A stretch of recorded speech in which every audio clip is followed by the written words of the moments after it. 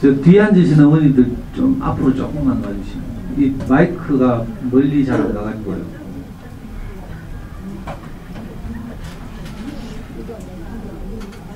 그 멀리서 좀 이따 요 중요한 거 안 보이는데.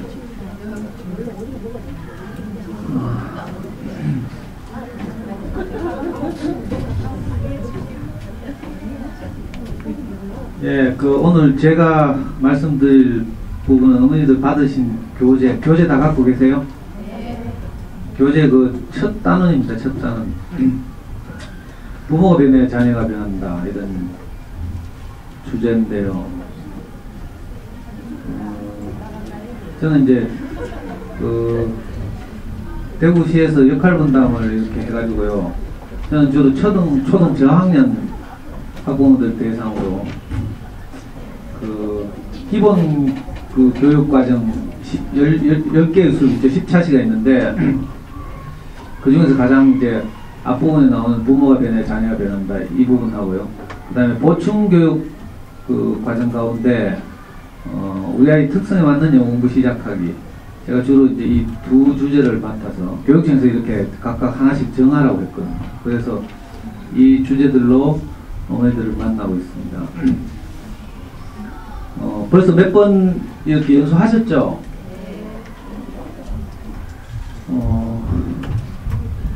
뭐 이제 보통 이렇게 교재 앞에 보면 이제 어떤 분들이 오셔서 강의하셨는가 이렇게 인쇄되어 있는데 오늘 제가 받은 교재는 없는 것 같아서 앞에 어떤 분들이 오셨는지 모르겠네요.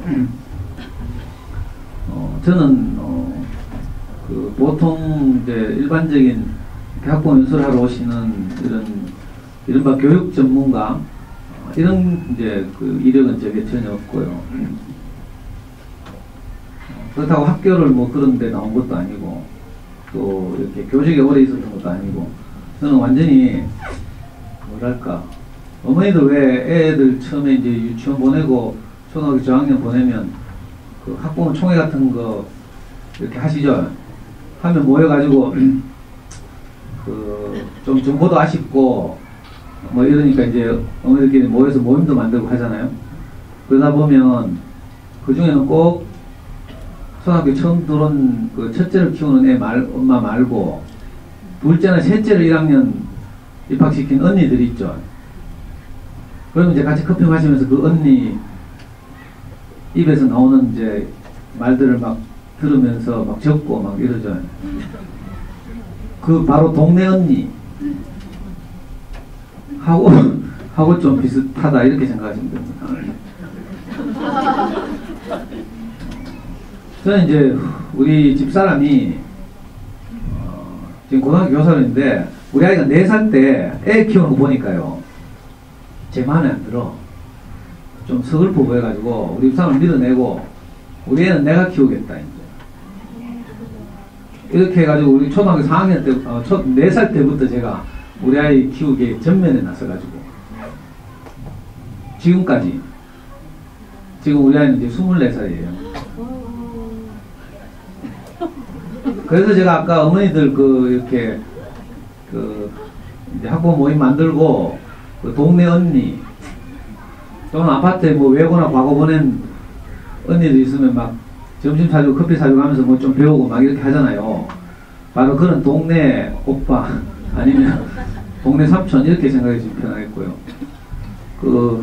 이 자녀교육 관련해서 저는 이제 크게 2가지를 말씀드릴 수 있는데 하나는 그렇게 4살 때부터 이제 우리 아이를 키우려고 하다 보니까 제가 부모님들로부터 양육받은 경험이 거의 없는 거예요. 저는 아버지가 초등학교 1학년 때 돌아가셔서 엄마가 이제 우리 삼형제를 이렇게 키우다가 도저히 이제 혼자서 감당할 수가 없어서 우리 삼형제가 초등학교 때 전부 친척집으로 이렇게 보내져 가지고 그렇게 컸어요. 그리고 중학교는 아무도 진학을 못했고요. 그러니까 제가 어릴 때 이렇게 저렇게 잘 양육받은 경험이 있다면 저는 그 기억을 되살려서 이렇게 아이를 키웠을 텐데 그런 경험이 없어가지고 제일 처음 한 시도가 이제 대구 시내에서 가장 큰 서점 나갔죠. 지금은 영풍, 교보, 알라딘 이런 메이저 서점들이 내려와 있지만 그 당시만 해도 대구에서는 제일서적이 제일 컸어요. 그 시내 제일서점 나가가지고 그 당시 지하 매장에 가면 그 육아 코너가 있었어.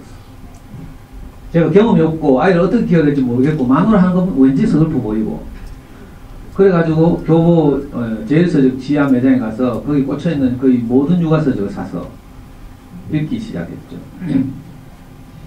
그러다 보니까 뭐가 하나가 딱 보이는 거예요. 수많은 책들을 읽으니까 공통점 하나. 아, 애 공부를 잘 시키려면 책을 많이 읽어야 된다 하더라.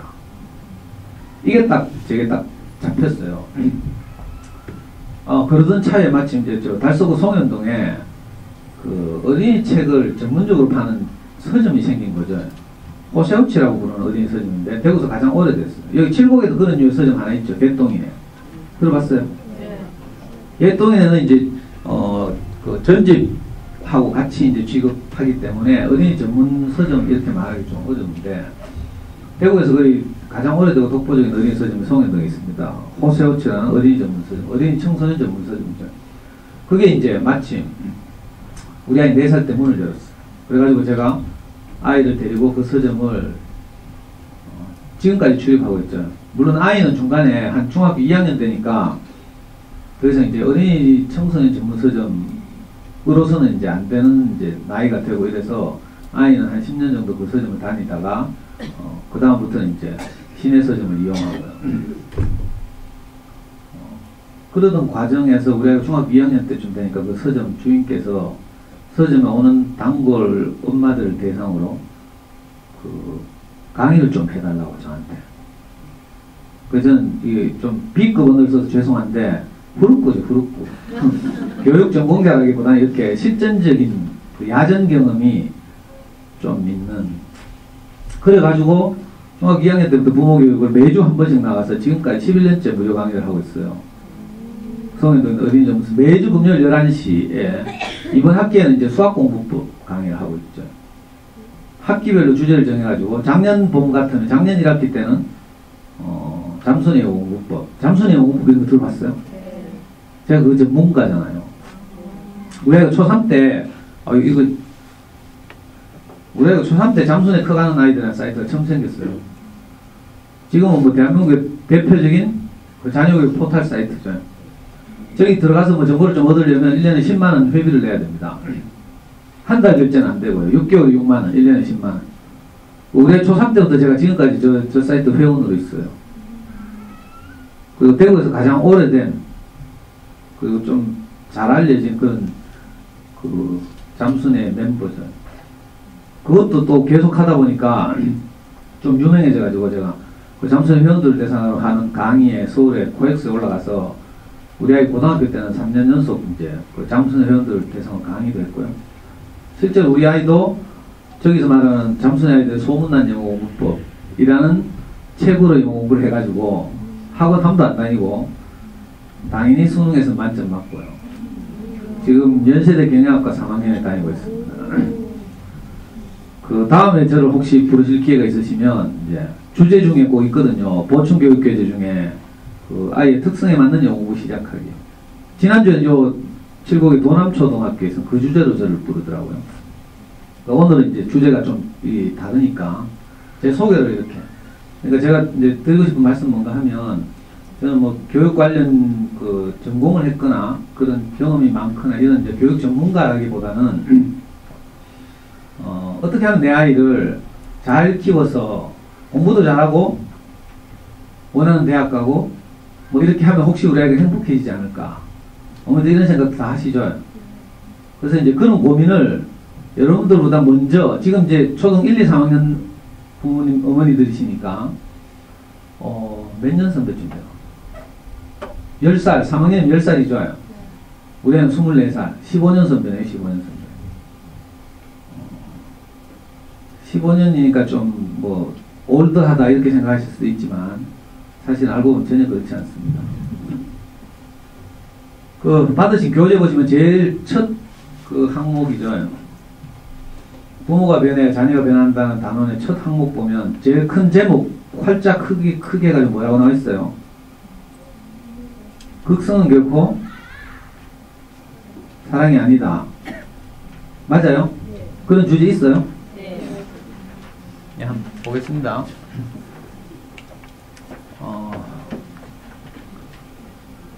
어머니들 아직 이런 말 아이들한테 안 들어보셨죠? 자기들이 우리한테 해준 게 뭐 있는데. 이 중딩 아이들이 사춘기 때 속상하니까 저끼리 주고받는 말을 누군가 듣고, 이 고등학부모 연수 교재에 딱 실려 있어요. 이 초등 엄마들 아직 이런 거 못 들어보셨을 거예요. 초딩 때는 어머니들이 최선을 다해서 우리 아이를 키우겠다. 그죠? 그래서 막 책도 읽고 강의도 듣고 연구도 하고 동네 언니들 따라다니기도 하고 그러면서 열심히 적고 막 이래가 집에서 실천하고 그죠? 또 다른 집에 탐색하러 가죠? 애들 유치원 보내고 나면 유치원 차 오면서 쫙 태우고 나면 남은 엄마들 뭐 해요? 저 우리 집에 올라가서 차 한잔 할래요? 뭐. 저도 우리 아이 어린이집 유치원을 제가 다 보냈거든요. 우리 와이프 먼저 출근하고 나면 그때 제일 부러웠던 게 뭔가 하면 엄마들끼리 우리 집에 올라가서 차 한잔 할래요 이거예요. 아무도 저보고는 차 한잔 하러 올라가자 소리 안 하고 그 저는 외롭게 참 옛날에 잠순에서 그 인기 투표를 했거든요. 연말에 가요 톱10 하듯이 잠순회 회원들에게 도움이 된 사람들, 좋은 글을 많이 올린 사람들을 그 투표해가지고 선정해서 10명을 뽑아가지고 명예회원으로 위촉하는 그런 제도가 있는데 그때 우리 아이 고등학교 때였죠. 그래서 잠순회 안에 있는 수백 개의 게시판 중에서 저는 딱 고등학부모 게시판 요 한 군데서만 글을 쓰고 활동을 해서 유치원 엄마나 초등 저학년 엄마들은 저를 전혀 모르죠. 좀 경력 있는 엄마들은 이제 제 대화명을 되면 다 알지만 그래서 제가 아주 불리한 조건에서 그해 연말에 인기 투표를 했잖아요. 명예회원 투표. 제가 몇 등 했게요? 방금 말했잖아요. 유딩 엄마들이나 초등 저학년 엄마들은 저를 전혀 몰라요. 그래가지고 투표를 했는데 아빠로서 유일하게 제가 탑10 안에 들었다 아닙니까? 9등. 그래서 제가 잠순의 명예회원 했잖아요. 2008년도 잠순의 명예회원. 그래가지고 이제 초청받아서 강남의 모 식당에 가서 잠수님으로부터 이제 식사 대접을 받는데 10명이 여자래 10명이 9명과 잠수님 운영자 저 혼자 이제 아빠죠 아빠.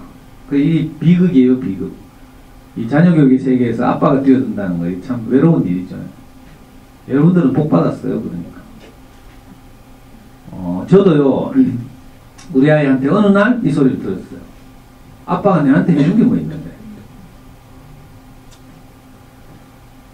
보통 다른 아빠들이 직장생활하면서 돈 버니라고 바빠서 아이들 육아에는 거의 이렇게 시간을 할애하기 어렵죠. 그게 엄마들 제일 속상하고 이런 거잖아요. 대부분 그렇더라고요. 그리고 가족들의 그 부양을 위해서 밖에 나가서 스트레스 받아가면서 직장생활 하고 집에 돌아오면 아무 생각이 없어져요. 그래서 오자마자 밥 먹고 나면 소파에 앉아가지고 TV 틀어가 프로야구 보고 있죠. 근데 엄마들 그걸 굉장히 속상해하고 막. 자, 이런 아빠들 같은 아이들한테 절대 저런 소리 들을 수 없어요. 근데 이제 저는 저대로 최선을 다한다고. 특히 저는 아버지가 일찍 돌아가셔서 제 인생에서 가장 큰 아쉬움이 뭔가 하면 내가 아버지가 제 인생에 없었다는 것. 아버지가 없었기 때문에 초등학교도 겨우 막 6군데는 전국을 돌아다니다가 겨우 졸업했고요. 중고등학교는 아예 다니지도 못했고 그 사춘기 시절에 공장 다니면서 이제 겨우 틈틈이 검정고시 했거든요. 그러다 보니까 제가 좀 이렇게 철이 들고 뭐 지금도 철은 아직 덜 들었지만 이렇게 어른이 되고 이러다 보니까 제 인생에서 가장 아쉬웠던 게 돌이켜보니까 아버지의 부재인 거라. 아버지가 있었더라면 저를 좀 잘 돌봐서 상급학교도 보내고 이랬을 텐데 이런 생각이 있었던 거죠. 그래서 저는 제 아이에게 제가 겪었던 아버지의 부재를 최소한 아이는 경험하지 않게 하겠다. 그래서 이제 우리 아이 4살 때부터 최선을 다해서 제 모든 관심과 노력을 기울여서 아이를 키웠어요. 뭐 저보다 좀 더 별난 아빠 같으면 뭐 전국에서 뭐 부름이 아빠 정도밖에 없겠죠. 부름이 아빠는 다 아시죠? 저는 속으로 푸르미 아빠를 제 라이벌로 생각하고 살았어요. 그분은 뭐 유명하고 서울대 나오고 뭐 이래가지고 푸르미하고 우리 아이가 동갑인데 우리 아이는 2월생이라서 한 학년이 빨라요. 그 푸르미 초등학교 3학년 때 책을 냈더만 푸르미 이렇게 영재를 키웠다. 그래가지고 그 책을 읽어보니까 방문하는 전집 그 파는 아저씨한테 전적으로 의존해가지고 책을 막 전집을 막 사들려가지고 유치원도 안 보니까 책을 많이 읽혔다 뭐 이런 거 있죠. 최근에 푸르미 소식 들으니까 뭐 일본에 갔다 하더라고요. 뭐 음악 공부하러 뭐 일본에 갔다 이런 이야기 들리는데 그래 푸르미 아빠를 제외하면 이제 거의 뭐 그렇게 자녀교육 열심히 아빠가 잘 없고 잠순회 안에서는 제 대학원 때문에 뭐 다 알고 대구에서는 제가 가장 오래된 원조 잠순회 멤버고 이런데 그렇게 최선을 다해서 아이를 키웠는데도 불구하고 어느 날 어느 시점이 딱 되니까 아이고 우리 아이가 저보고 아빠가 내한테 해준 게 뭐 있는데 이러는 거예요. 제가 그 말을 들을 때 제 동작이 어땠는가 하면 문 지방에 여기 기대고 서 있었어요. 아이하고 무슨 대화를 하면서. 물론 아이가 너무 속상해서 한 말이죠.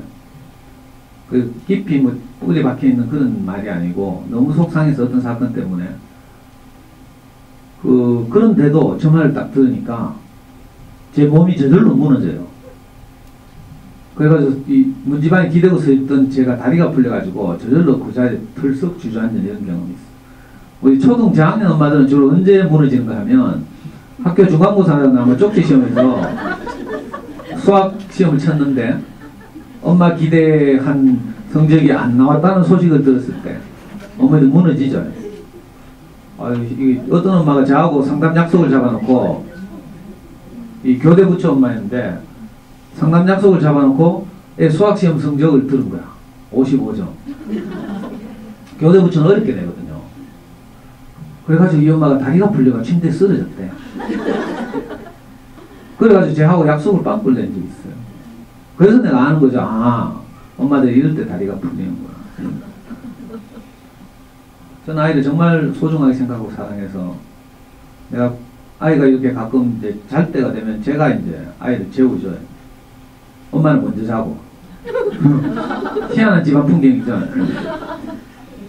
그러면 애가 이제 잠들면서 식은땀을 흘려요. 우리 애는 땀이 많더라고. 그러면 제가 항상 아이 이마를 닦아주고 또 입을 걷어 차지 않았는가 싶어가지고 잠든 후에 한 30분 지나서 다시 한번 들어가 보고 그럼 막 꿈꾸고 막 이러면서 막 악몽을 꾸고 있거나 이러면요. 제 마음이 어떤가 하면 내가 꿈속에라도 들어가서 이 아이의 지금 어려움을 해결하고 싶다.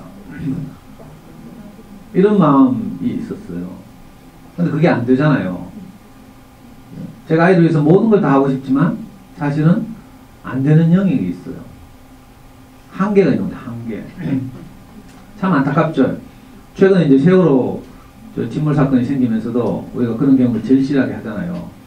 부모로서 최선을 다하지만 그러나 우리 영역을 벗어난 또 아이들의 세계가 있어요. 그래서 어떻게 보면 한편으로 저는 기독교인이니까 정말 하나님이 이 아이를 지키시면 좋겠다. 이런 간절한 기도가 있고요. 물론 또 뭐 다른 종교를 가지신 분은 또 그렇게 다른 종교를 통해서 엄마 아빠의 그 최선을 다하는 노력만으로 안 되는 영역에 대해서 이제 그 경험하기도 하고 이런 거죠. 그렇게 최선을 다했는데 이제 이런 마음을 가지고 아이를 키웠는데도 불구하고 이런 말을 듣는 거예요. 어느 시점 되면. 그래서 우리가 지금 가지고 있는 자녀교육에 대한 생각을 근본적으로 바꾸지 않으면 제꼴나요. 저는 수없는 실패를 경험하고 그래가지고 왜 우리가 마지막에 가면 아이들로부터 저런 소리를 들을 수밖에 없는가.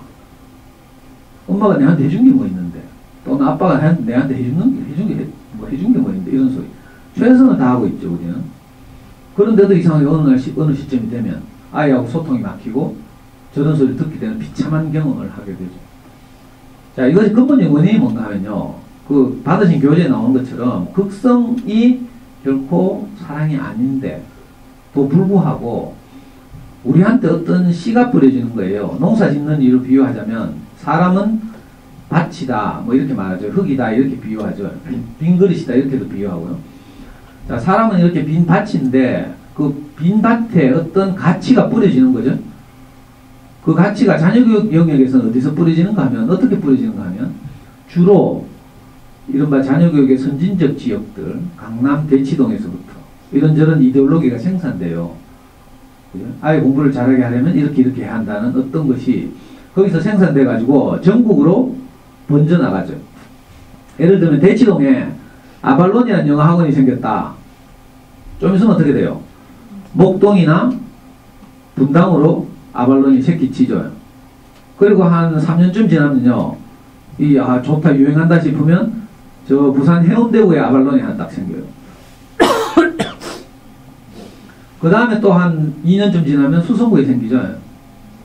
수성구에 아발론 생기고 한 3년쯤 있으면 제가 사는 달서구에 생겨요. 이게 7곡에 아발론 들어와 있다면서요. 이건 한 10년쯤 후에 들어왔을 거라 아마. 제가 뭐 횟수는 안 세어봤지만, 이렇게 그 어떤 자녀 교육에 관한 한 이렇게 선진적인 이데올로기들이 강남 대치동을 중심으로 생겨나죠. 대치동 안 가봤죠? 가봤어요? 저는 가봤어요. 샅샅이 훑었어요. 이과에서 서울대 이과를 가려면 강남 대치동에 미래탐구학원을 가야 된다. 뭐 이런 거 있죠. 예를 들면 이런 데서 이제 생산된 이데올로기가 우리 아이가 잘 되려면, 행복하려면 어디 해야 된다? 어릴 때는 영어 유치원 보내야 되고. 7국에도 영어 유치원 있더라. 저는 없는 줄 알았어요. 원더랜드 들어있더만. 맞아요? 영어 유치원 다음에는 어떻게 해요? 사립초등 보내야 되는데 7국에 사립초등 없잖아. 없죠? 그럼 어디가 영신가요? 저 멀리 영신 가거나 개성 가거나 뭐. 우리 동네 가면 효성초등 있고요. 교대 부초 있고. 저 코스를 밟아야 된다고 생각하는 거죠. 왜? 서울에서부터 저런 이데올로기가 생산돼가지고 전국이 유포되고요. 심지어는 대치동에 관한 뭐 이런 것을 소재로 한 르포를 주로 쓰는 그런 전문 작가도 있어요. 자녀교육 서적 가운데 대치동 소식만 모아가지고 전하는 뭐 이런 이상한 책도 막 나오고요. 사립초등학교 나온 다음에 어떻게 해요? 무슨 중학교는 특목고 없으니까 다행이네. 특목고도 보내야 된다고 하고요. 그래도 대구에서는 그래도 특목고가 별로 인기가 없어요. 과거는 뭐 인기 있지만 외고 같은 경우는 수성구 인문계고등학교보다 더 뭐 낫다고 보기 어렵죠. 근데 서울에서는 안 그래요. 수도권에서는 공부 좀 하면 다 외고 가요. 서울에 메이저 외고 6개 있죠. 제일 좋은 데가 어디예요? 대원외고, 한영외고, 명덕외고. 이게 메이저 3개예요. 그리고 대일, 이화, 또 하나 뭐 이런 거 있죠. 그리고 옛날에 민사고에서 교감하시던 분이 스카우트 돼가지고 용인외고 만들어졌죠. 뭐 이런 데를 비롯해서 수많은 이제 특목고들이 있어서 열심히 뭘 해가지고 저런 코스를 밟아서 원하는 대학에 보내면 우리 아이 인생도 행복하고 부모도 행복할 것이다. 이런 이데올로기가 이제 퍼지는 거죠. 근데 사실은 전혀 그렇지 않잖아요. 어머니도 뭐 살아보셔도 조금은 아시겠죠. 행복은요, 저런 문제와 아무 상관이 없어요. 저는 이걸 아이를 키우면서 철저하게 경험했는데, 저는 우리 아이가 한 번도 성적으로 저를 만족시킨 적이 없어요. 좀 이상하죠? 우리 아이는 한때 고등학교 때 모의고사를 치면 전국에서 5등 한 적도 있어요. 그리고 실제 수능에서 전국 200등 정도 있어요. 수능 성적으로만 하면 못 갈 과가 하나도 없었죠, 우리나라에. 그런데도 한 번도 제가 만족스럽지 않았어요. 어머니도 해보시면 알 거예요. 반에서 중간 정도 하잖아요. 그러면 엄마들 생각이 어떤 생각이 들어요? 한 5등 안에서 들었으면 좋겠다. 이 생각 들죠? 막상 5등 하면 어떤 줄 알아요? 야, 조금만 더 하면 3등 하겠네. 3등 안에 들으면 어떤 줄 알아요? 야, 1등도 가능하다. 그렇죠? 그래서 반에서 1등 하면 어떤 줄 알아요? 이제 전교권 생각이 나는 거라. 초딩 때는 전교권 이런 개념이 잘 없죠. 중학교 딱 가면 전교 몇 등이 딱 나와요. 초등 때도 물론 비공식적으로 하더만 열심히 있는 담임선생님들끼리 모여가지고 막 성적표는 안 나오는데 비공식적으로 처리해서 막 알려주고 막 이러기도 하고. 그러니까 있잖아요. 이게 끝이 없는 거예요. 이게 이걸 이제 불가에서는 뭐라고 말하는가 하면, 인생이 6도를 윤회한다고 하죠. 6개의 세계를 윤회한다고 하는데, 그 중에 밑에서 세 번째 세계가 뭔가 하면, 악귀의 세계라는 게 있어요. 악귀도. 악이라는 귀신이 있다는 거예요. 이 귀신은 뭔가 하면, 목구멍은 바늘구멍만 하는데, 배는 집채만 한 거예요. 자, 상상해 봅시다. 목구멍은 바늘구멍 하는데, 배는 집채만 해. 이게 무슨, 뭘 말하는 거예요? 먹어도 배부르지 않다. 자, 해도 만족하지 않다. 이 뜻이죠. 그러니까, 우리가 어릴 때, 특히 초등 저학년 때 이런 생각을 다 하고 계실 텐데, 주로 이제 아이들의 성적이나 결과에 이렇게 주목하고 이렇게 하잖아요. 근데 막상 해보면요, 이건요, 진짜 지옥 같은 거예요. 제가 안 해보고 말씀드리는 게 아니고, 속으로 이렇게 생각하면, 그래도 공부 잘했으면 좋겠다. 물론 뭐 일부러 공부 못할 필요 없어요. 그러나, 그것이 다가 아닌 거예요. 그죠? 자, 이번에 단원고 2학년 학생들 수학여행을 갔어요. 거기에는 전교 1등 하는 단원고 2학년도 있고, 전교 꼴찌 하는 단원고 2학년도 있을 거라. 자, 결정적인 시점에 딱 가니까, 자, 전교 1등이든지 전교 꼴찌든지 아무 상관이 없죠. 그래요. 어떤 시점에 딱 오면, 그게 아무것도 아닌 거예요. 이걸 이제 우리 앞으로 이제 아이들 키우면서 경험하시게 될 텐데, 지금은 실감이 안 날 수도 있지만 잘 들어주셨다가 나중에 나도 제 생각을 한번 해주셨으면 좋겠어요. 자, 이 코스를 거치면 된다 이렇게 생각하죠. 저 범어동 가면요, 특히 범어 4동 가면 수성고가 같은 수성고가 아니라고 하더라고. 범어동과 비범어동. 범어동 안에서도 범어 4동과 범어 안사동. 범어 4동 가면 유치원은 마리아 유치원을 보내고, 김대근 성당 다니고, 성당은 김대근 성당을 다니고, 전통이 있죠. 초등학교는 경동초등학교 다니고, 중학교는 동도중학교를 나와서, 고등학교는 여자애들 같으면 뭐 대구역으로 간다 이런 식으로, 남자애들 같으면 경신대중으로 간다. 딱 이게 정해진 코스예요. 그래서 그놈의 범어 4동 이사 가려고 뭐 장원맨션이나 뭐 범어 4동 가면 그 진짜 나가 빠진 아파트 집값 비싸거든요. 이런 것이 어디서 출발하는가 하면 대치동이 생산돼가지고 우리한테 이렇게 뿌려진다니까요. 이런 코스가. 그리고 책 나오고요. 저도 잠순에서 오랫동안 활동했지만, 또 하나 있어요. 영어 교육과 관련해서는 대치동에서 생산된 이데올로기 대표적인 게 뭔지 알아요? 5학년 때부터 2년 동안 영어권에 가서 살고 온다. 그럼 영어는 끝난다. 이게 한동안 또 한 10년 정도 우리나라를 확 쓸고 지나갔죠.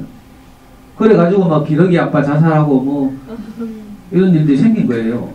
처음에는 애들만 보내다가 이게 너무 비교육적이고 위험하고 이러니까 나중에 엄마가 따라갔죠. 그래가지고 일어나는 수많은 일들이 생기고 이래요. 이게 어디서 생산된 시가 우리에게 뿌려져서 나도 모르게 내 생각도 거기에 점령당하는 거죠. 저도 그랬어요. 어떻게 하든지 내가 우리 아이들 공부를 잘 시켜야 되겠다. 공부를 잘 시키면 이 아이가 행복해지겠다 이것보다 내 아쉬움이 좀 덜하겠다. 내가 너무 아쉬웠으니까. 어머니도 그런 생각 다 하시죠. 보통 보면 엄마들 장원환자 유딩 때부터 하시는 엄마들 있어요. 또 혹시 하시는 엄마들 상처받을라.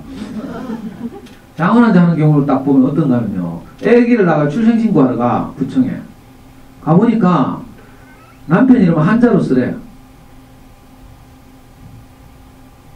그럼 어떻게 돼요? 급 당황하죠. 남편 이름 한자로 쓸 수 있어요? 예? 그러니까 등본에 한자 나와요? 다행이네. 그 주등록증 남편 거 빌려가잖아요. 원래 위임 받아가야 되니까. 그래가지고 막 주민등록증 보고 뺏기죠. 등본 보고 뺏긴다니까. 그때 혹시 옆에 누가 볼까 싶어가지고 막 굉장히 당혹스럽거든요. 자, 그러면 어떤 생각이 들어요? 돌아오는 길에 우리 아이는 내가 겪은 이 당혹스러움을 겪지 않았으면 좋겠다. 그럼 장원 한자 부르는 거죠. 대개 우리가 자녀교육을 하는 방식이 이렇게 시작하는 거예요. 우선 내가 겪고 보니까 아쉬웠다. 내가 부족하게 여겨졌다. 이걸 시키는 거예요.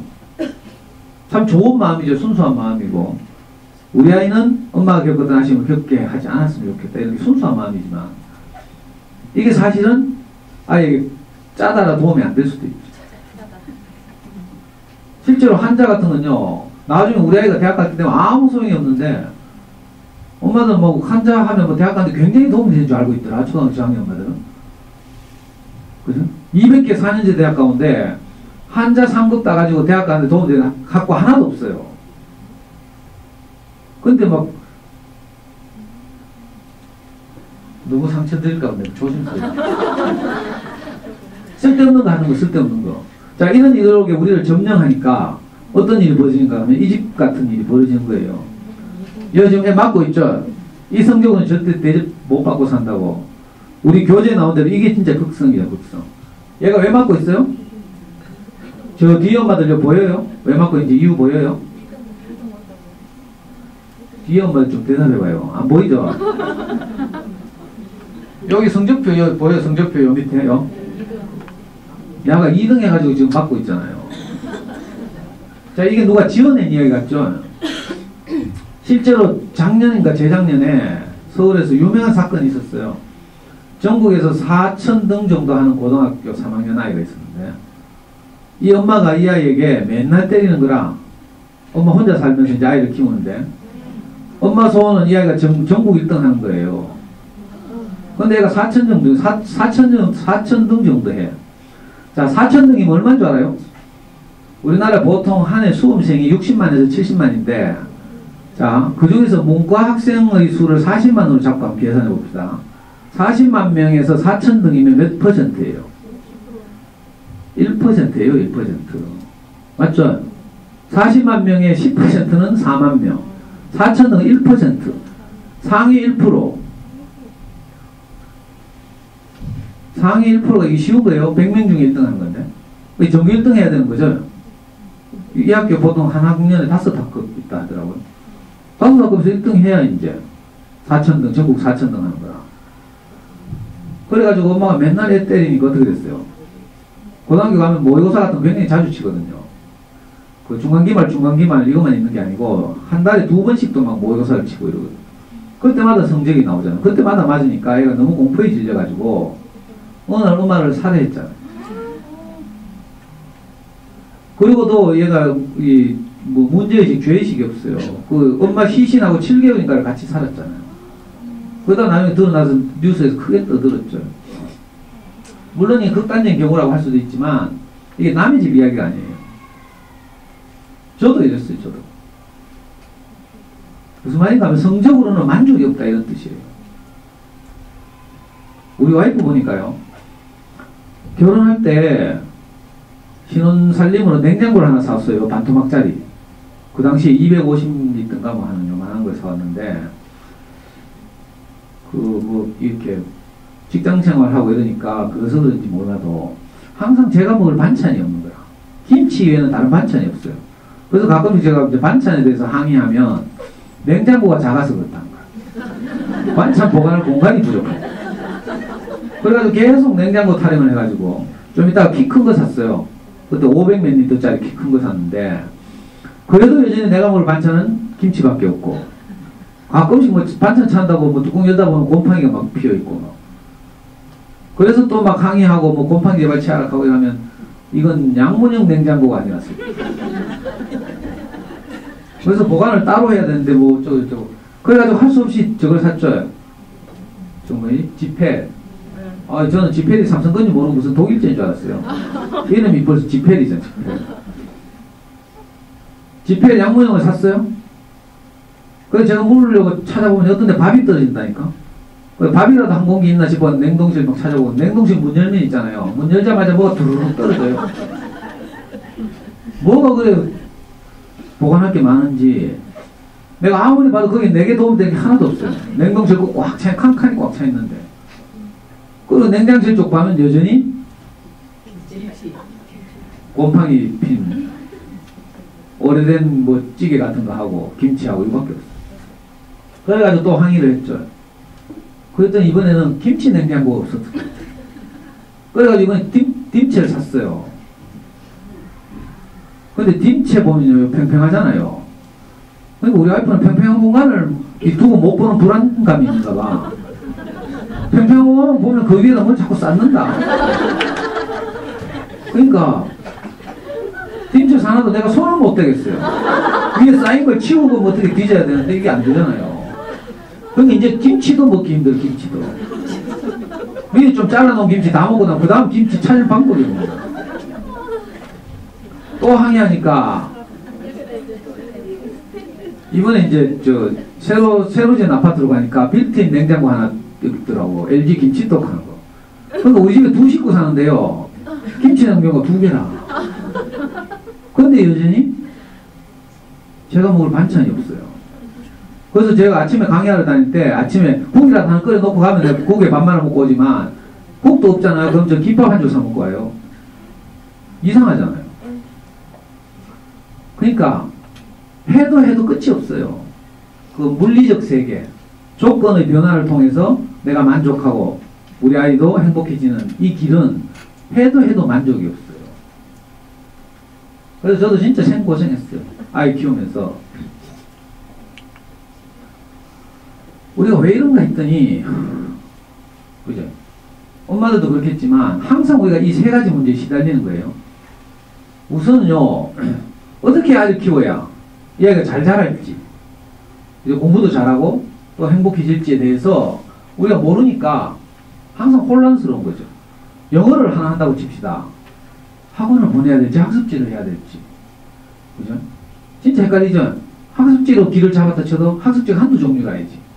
튼튼을 할까, 윤생을 할까? 아니면 좀 비메이저로 뭐 눈높이 정도나 뭐. 이것도 골치 아픈 거예요. 그리고 또 학원 괜찮을 때 다니는 옆집, 옆에 보니까 왠지 막 어깨 힘주는 것 같고. 그죠? 초딩 때, 유딩 때도 이런 생각 했죠. 유딩 때 원더랜드 보는데 저 도남초등학교에서 물어보니까 70만원 가더라고. 수술비가 100만원이에요. 영어 유치원 보냈는데. 아이고, 이거 뭐 돈도 보통 돈이 아니죠. 그래, 학습지보다는 학원이 나은 것 같긴 하지만 저게 너무 비싸. 그래? 그럼 어떻게 해요? 학원 중에도 좀, 그래도 좀 이보영 토킹 클럽이나 뭐 GMB나 좀, ECC나 좀 저렴한데 또 생각하죠. 근데 이거 뭐, 진짜 마음의 선뜻 잘 안 잡히고요. 항상 뭘 결정하려고 할 때 혼란스러워요. 과연 이게 맞는지. 그죠? 그래가지고 대충 어떻게 해요? 앙케이트 조사하죠. 옆집에 놀러 가보고, 옆집에 편애하고 있는 거 따라하고. 그리고 안 하고 있는 이웃들 보면 어떻게 해요? 다 내 하는 거 시켜야 되죠. 안 그러면 불안해서 내가 못 견딘다니까. 그러니까 전도해가지고 다 시켜야 돼. 그래가지고 뭐 전부 지고 걸음지고 장에 간다는 식으로. 이거 제가 성경의 표현을 빌리자면 장님이 장님을 인도하는 게 다 불안한 거예요. 자기도 자기 길을 몰라. 그러니까 불안하니까 어떻게 쪽수라도 많아야지. 그래서 같이 된 게 안심이 좀 되고. 학원 원비 내고 나면 한 이틀 좀 위로가 되다가 3일째 되는 날부터 똑같아요. 우리 애가 지금 숙제라도 제대로 하는지 늘 불안하고 있잖아. 과연 이래도 되는지. 또 시중에서 뭐 엄마표 영어 개사코, 뭐 잠수네 영어 개사코 막 시끄럽지. 그죠? 진짜 불안하다니까요. 그래서 뭘 결정할 수가 없어요. 우리가 학부모들 겪는 첫 번째 이 딜레마, 불안감, 혼란스러움이죠. 혼란스러움. 두 번째는 뭔가 하면 또 뭘 정해가지고 열심히 애를 푸시하죠. 특히 초등학교 저학년 되면 정신없죠. 맨날 애 잡고 나서 그죠? 보통 보니까 수학 문제 풀릴 때 뚜껑 제일 빨리 열리거든요. 아니면 영어학원 보내놓고 숙제 내주잖아요. 단어 숙제. 초등학교 3학년쯤 되면 30개에서 50개 외우라고 막 숙제 내거든요. 괜찮은 학원 같으면. 그러면 저녁에 엄마들이 이제 저녁 먹인 다음에 숙제 이제 시키죠. 그래가지고 단어 테스트 하잖아요. 좋은 학원일수록 단어 테스트 틀리면 집에 안 보내주고요. 문깡 뭐 이런데. 아니면 뭐 이렇게 학원에서 손바닥 때리고 그러니까 엄마들이 또 미리 체크를 해가지고 학원에 보내려고. 저녁 물려놓고 단어 외운 거 점검하죠. 점검. 교양 있는 엄마들 자들고 손바닥 한 대씩. 한 단어 틀릴 때마다.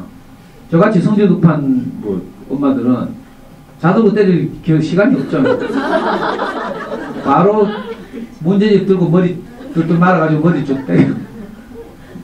니 같은 건 공부할 자격이 없다 하면서 문제집 쓰레기통에 처박는 신용하고. 그럼 울고 막 그때 남편이 딱 퇴근에 들어오잖아요. 퇴근에 돌아서 딱 집안 풍경 보니까 와이프는 뚜껑 열려가지고 얼굴 막 애는 막 울고 있고 막 아빠들이 조심스러워가지고요. 시한폭탄 어디 건드리면 큰일 나니까. 우리가 이렇게 살잖아요.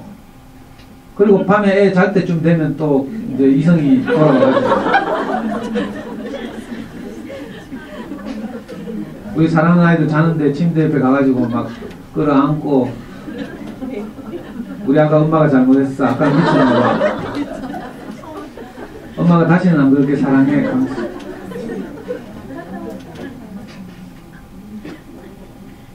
엄마들이 꼬깃하더라고. 우리 집에 왔다 갔냐고. 왔다 가서 그런 게 아니고 제가 그렇게 해봐서 하는 거죠. 안 해보고 제가 어떻게 알겠어요. 참 슬픈 일이죠, 슬픈 일. 그래가지고 열심히 푸시하고 났는데, 그래, 애는 달래가 재웠어요. 근데 애 속으로 어떻게 생각한 줄 알아요? 엄마 또 내일 또 죽할 거야. 그래도 우리는 용서를 구해야죠. 내일 똑하더라도 오늘 미안하니까 진심으로 미안하다 하고. 저도 많이 했어요. 우리 아이 침대 옆에 가가지고 무릎 꿇고, 아빠가 아까 제정신이 아니었다.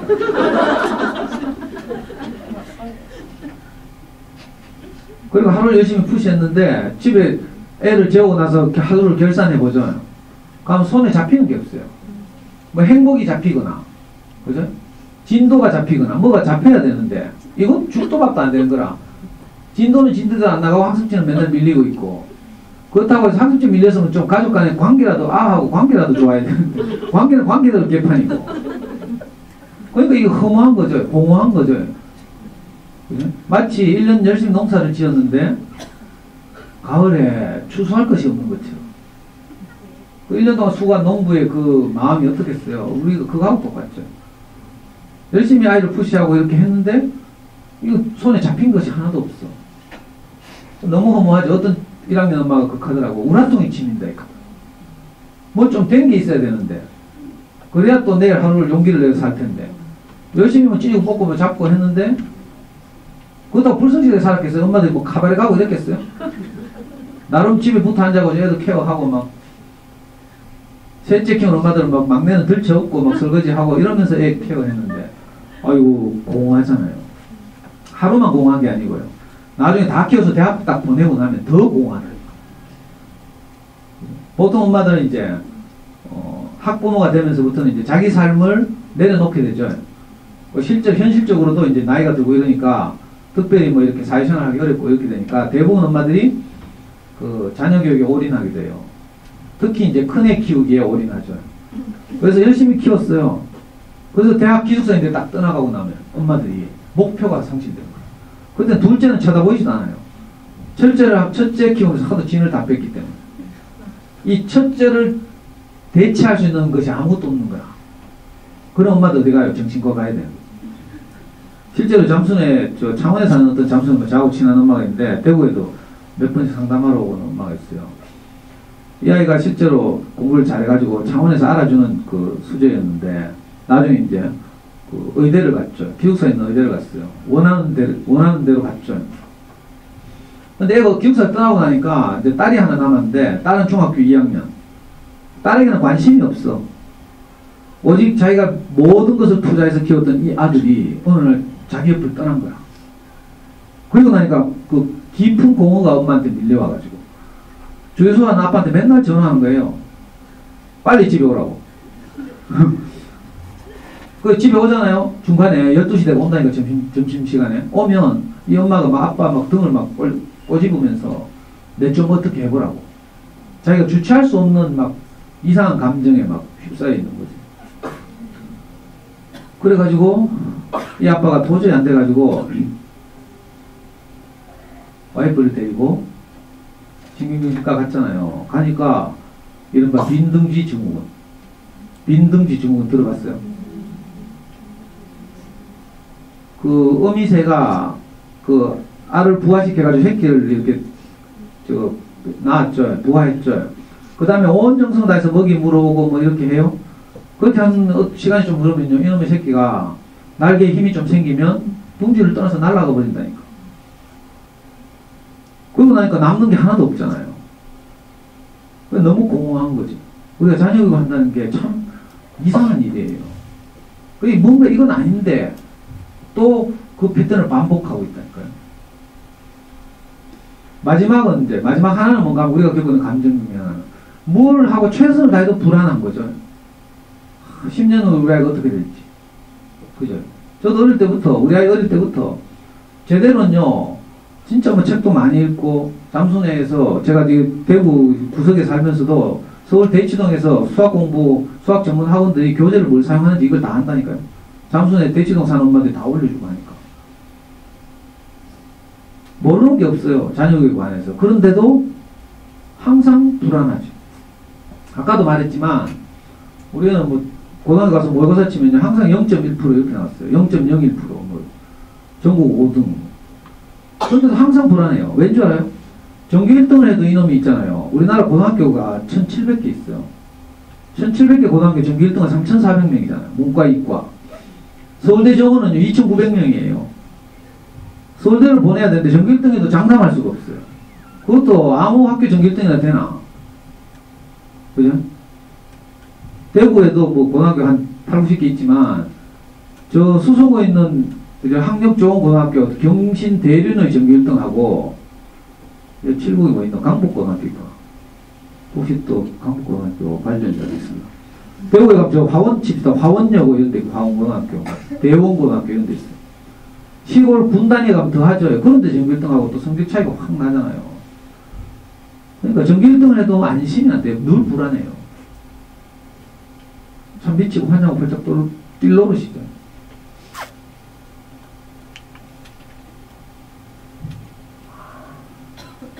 그래가지고요, 저는 우리 아이가 고등학교 1학년 때 정말 비참한 경우를 당했어요. 서울대를 보내야 되니까 제 꿈이 서울대 법대 보내는 거죠. 제가 서울대 법대를 가고 싶었는데 못 갔어요.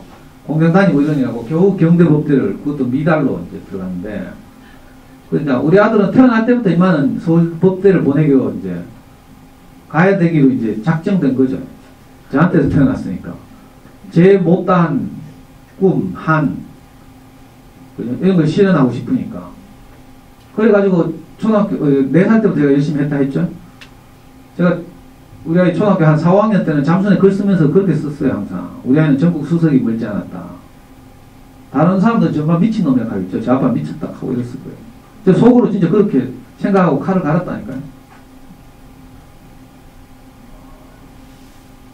그렇게 점점 키웠는데 정부에서 법대를 다 없애버려.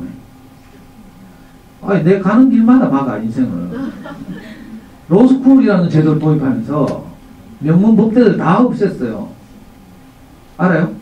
경대 법대 없잖아요. 경대 로스쿨. 4년제 대학을 졸업하고 또 가도록. 그러니까 갑자기 닭 쫓던 게 지붕 쳐다보듯이 이렇게 됐어요.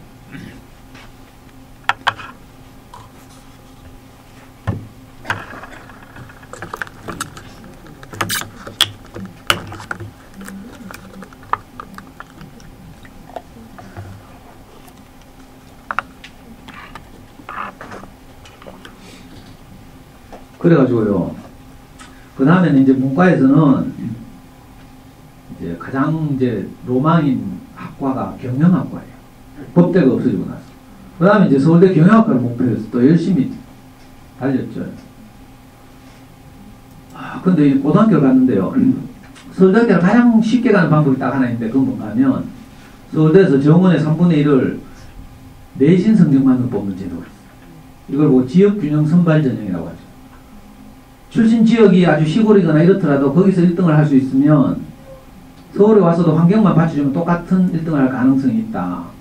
이런 이제 생각을 가진 그 옛날에, 지금은 총장 아니지만 정운찬 총장이라고 계셨는데 국무총리도 하고 그랬죠. 이분이 이제 새로 만든 그 아주 좋은 지역의 균형 발전을 위한 그런 좋은 제도죠. 자, 그걸로 가면 이제 내신으로 전교 1등을 아주 퍼펙트로 하는 거예요. 어떻게? 3년 내에 모든 과목을 1등급 받는 거예요. 가는 거죠. 공부 잘하는 애들 세계에서 굉장히 쉬울 것 같죠. 3년 내에 모든 과목을 1등급. 근데 이게 쉬운 게 아니에요. 예를 들면 국사 같은 과목이 있어요. 국영수는 못하면서 국사만 되게 좋아하는 애들이 그 학교에 한 몇 명 있어. 그냥 골치 아파진다니까. 국사 과목에서 1등급 받기가 진짜 어렵죠. 일본 전교권에서 노는 애들 보통 국영수까지 다 잘하는데 어떤 애들 지 좋아하는 것만 잘하는 애들 있어요. 일본 애니메이션 매니아 뭐 이런 애들 있거든요. 일본 드라마 매니아. 이걸 일본말로 오다쿠라고 하는데. 그래서 일본어를 탁월하게 잘해요. 그럼 일본어에서 했던 것밖에 참 어렵죠. 우리 아이가 고등학교 1학년 딱 들어가가지고 중간고사를 딱 쳤는데 전교육 20몇 등을 했더라고. 그래서 뚜껑이 확 열렸죠. 그렇지만 겨우 꾹꾹 누르고 이제 기말고사에서 만회를 하거라. 그래서 아빠 시키는 대로 내신으로 퍼펙트 전교 1등을 하면서 서울대를 그냥 쉽게 간다. 그죠? 근데 이놈이 기말고사 치기 한 달쯤 전이 됐는데 공부를 시작할 기미가 안 보이는 거야. 중간고사 그 계피를 봤으면 보통 최상위권 아이들은 최소한 3주 전이나 4주 전에 이제 그 준비를 하거든요. 근데 소식이 없어요. 그래가지고 제가 헷가닥 해가지고요. 뚜껑이 열려가지고 애를 불렀어요. 네가 지금 정신 있는 놈이야 없는 놈이야? 지금 공부하고 뭐 하고 있노? 하니까 뭐라고 말대꾸를 하더라고. 이 새끼 네가 아빠한테 말대꾸를 해? 하면서 제가 오른손 들고 확 한 대 때리려고. 확 하는데 뭐 덜컥 걸리대. 왜 될게요? 애가 왼손으로 제 손목을 딱 잡는 거라. 네가 막아 하면서 이번에는 왼손으로 확 때리려고 하는데 또 애 오른손이 제 왼손목을 딱 잡더라고. 손 안 빼나 하면서 막 손 빼라고 발버둥을 치고 애가 저를 벽으로 딱 밀어붙여요. 아빠 제발 정신 차려.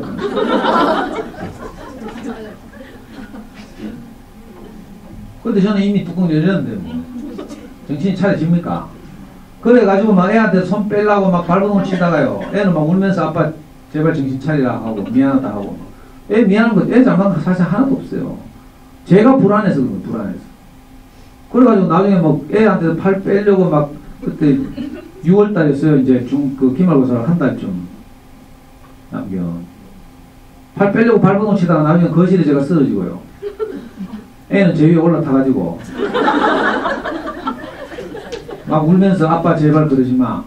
이미 제 난린 건 다 째졌고요.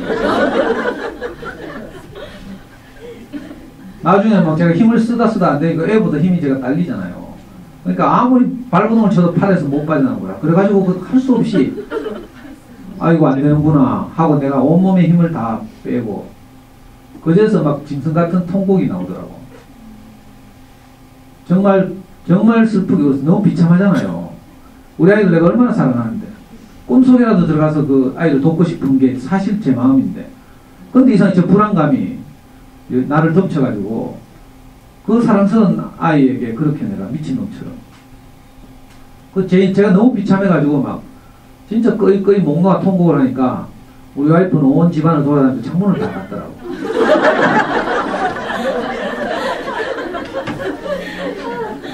동네 창피하다고. 남편 울음소리 새나갈까봐. 아휴. 너무 비참했어요.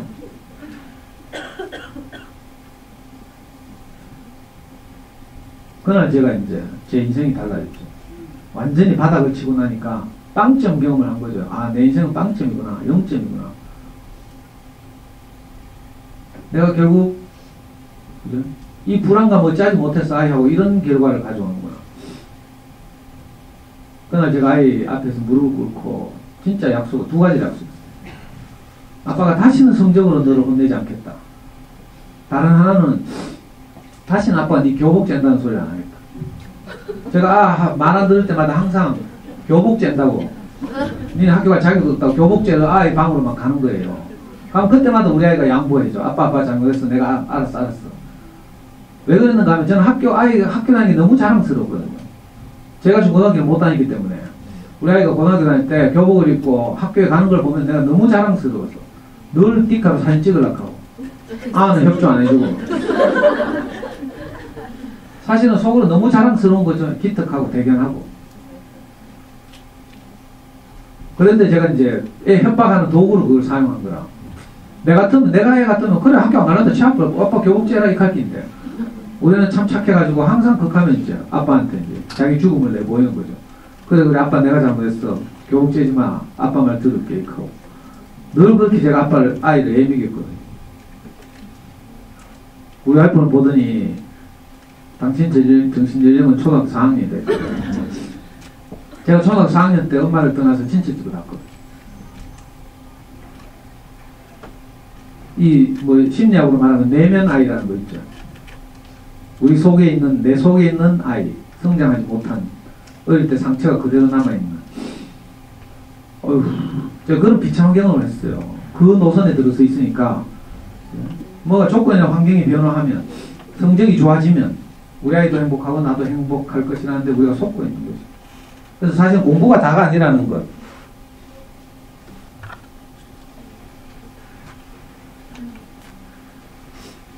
이게 누군지 알겠어요? 알아요? 예, 이 세계적인 육상 선수 우사인 볼트예요. 어떻게 생겼어요? 잘 뛰게 생겼죠? 아니에요? 잘 안 뛸 것 같아요?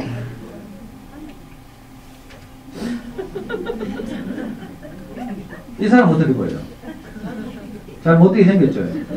둘이 비교하면 누가 잘 뛸 것 같아요? 볼트 훨씬 잘 뛸 것 같죠? 이래 말해야 되는데 어떤 학교 가면 있잖아. 꼭 종목에 따라 다르게 해서 꼭 정답 말한다니까. 그냥 직관적으로 보기에 그냥 볼트가 훨씬 잘 뛰게 생겼잖아요. 둘이 한 뛰기 시켜보려고.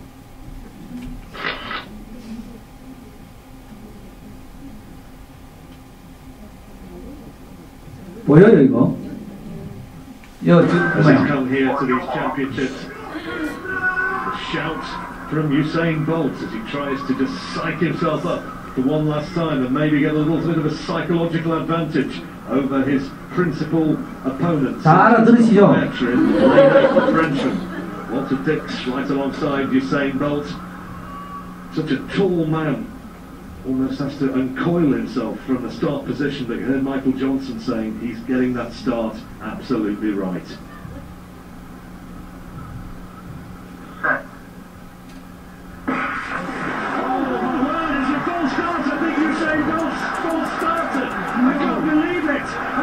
Usain Bolt, almost unthinkably, I was talking about the fact that he got his start absolutely right.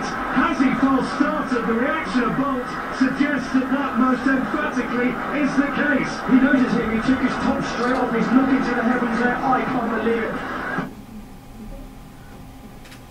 이게 2011년 대구 세계 육상 선수권 대회에서 있었던 장면이에요. 기억나요? 그 볼트는 단거리 선수다 보니까 단거리 경주에서는 가장 중요한 게 출발이죠. 출발. 그러니까 출발이 너무 중요하다 보니까 저런 세계적인 육상 선수도 조금 더 빨리 나가려고 하다가 실수해가지고 실격대한 거죠. 물론 저 볼트는 너무나 이렇게 뛰어난 세계적인 선수이기 때문에 그 다음 해에 또 런던 올림픽에서 우승하고 이랬지만, 자, 단거리 경주인 한 저렇게 실수할 가능성이 아주 높은 거죠.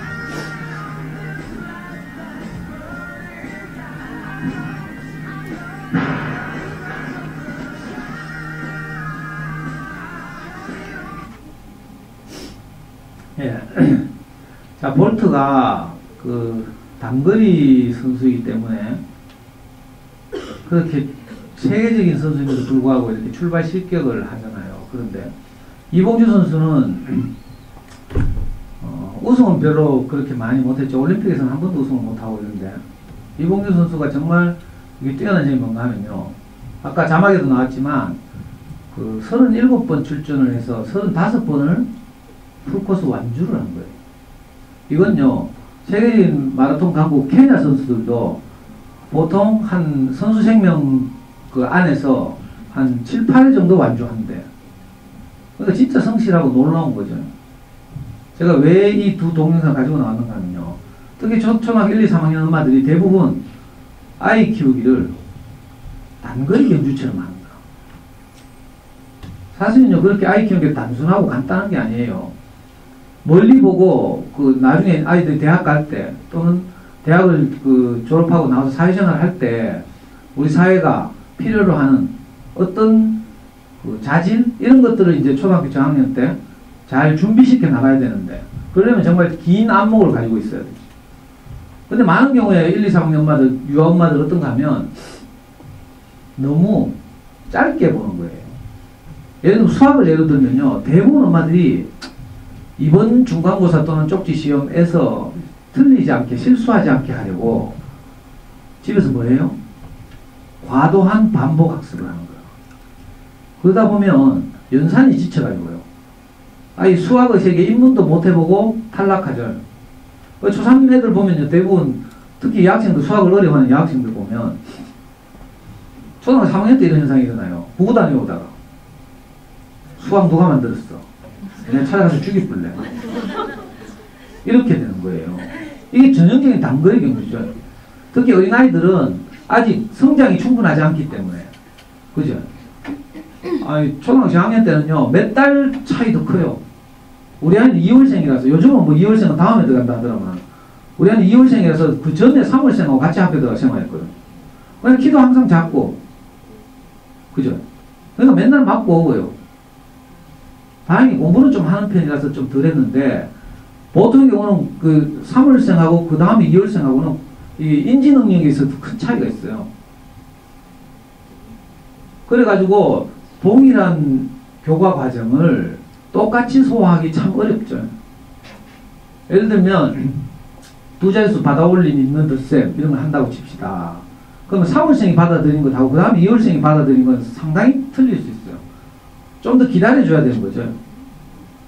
피아제 여사의 이론에 따르면 행동 발달, 정서 발달, 인지 능력의 발달 이 세 가지가 골고루 균형감 있게 자라야 하는데 어떤 아이는 아직 너무 어려서 이거 충분히 소화할 수 없어요.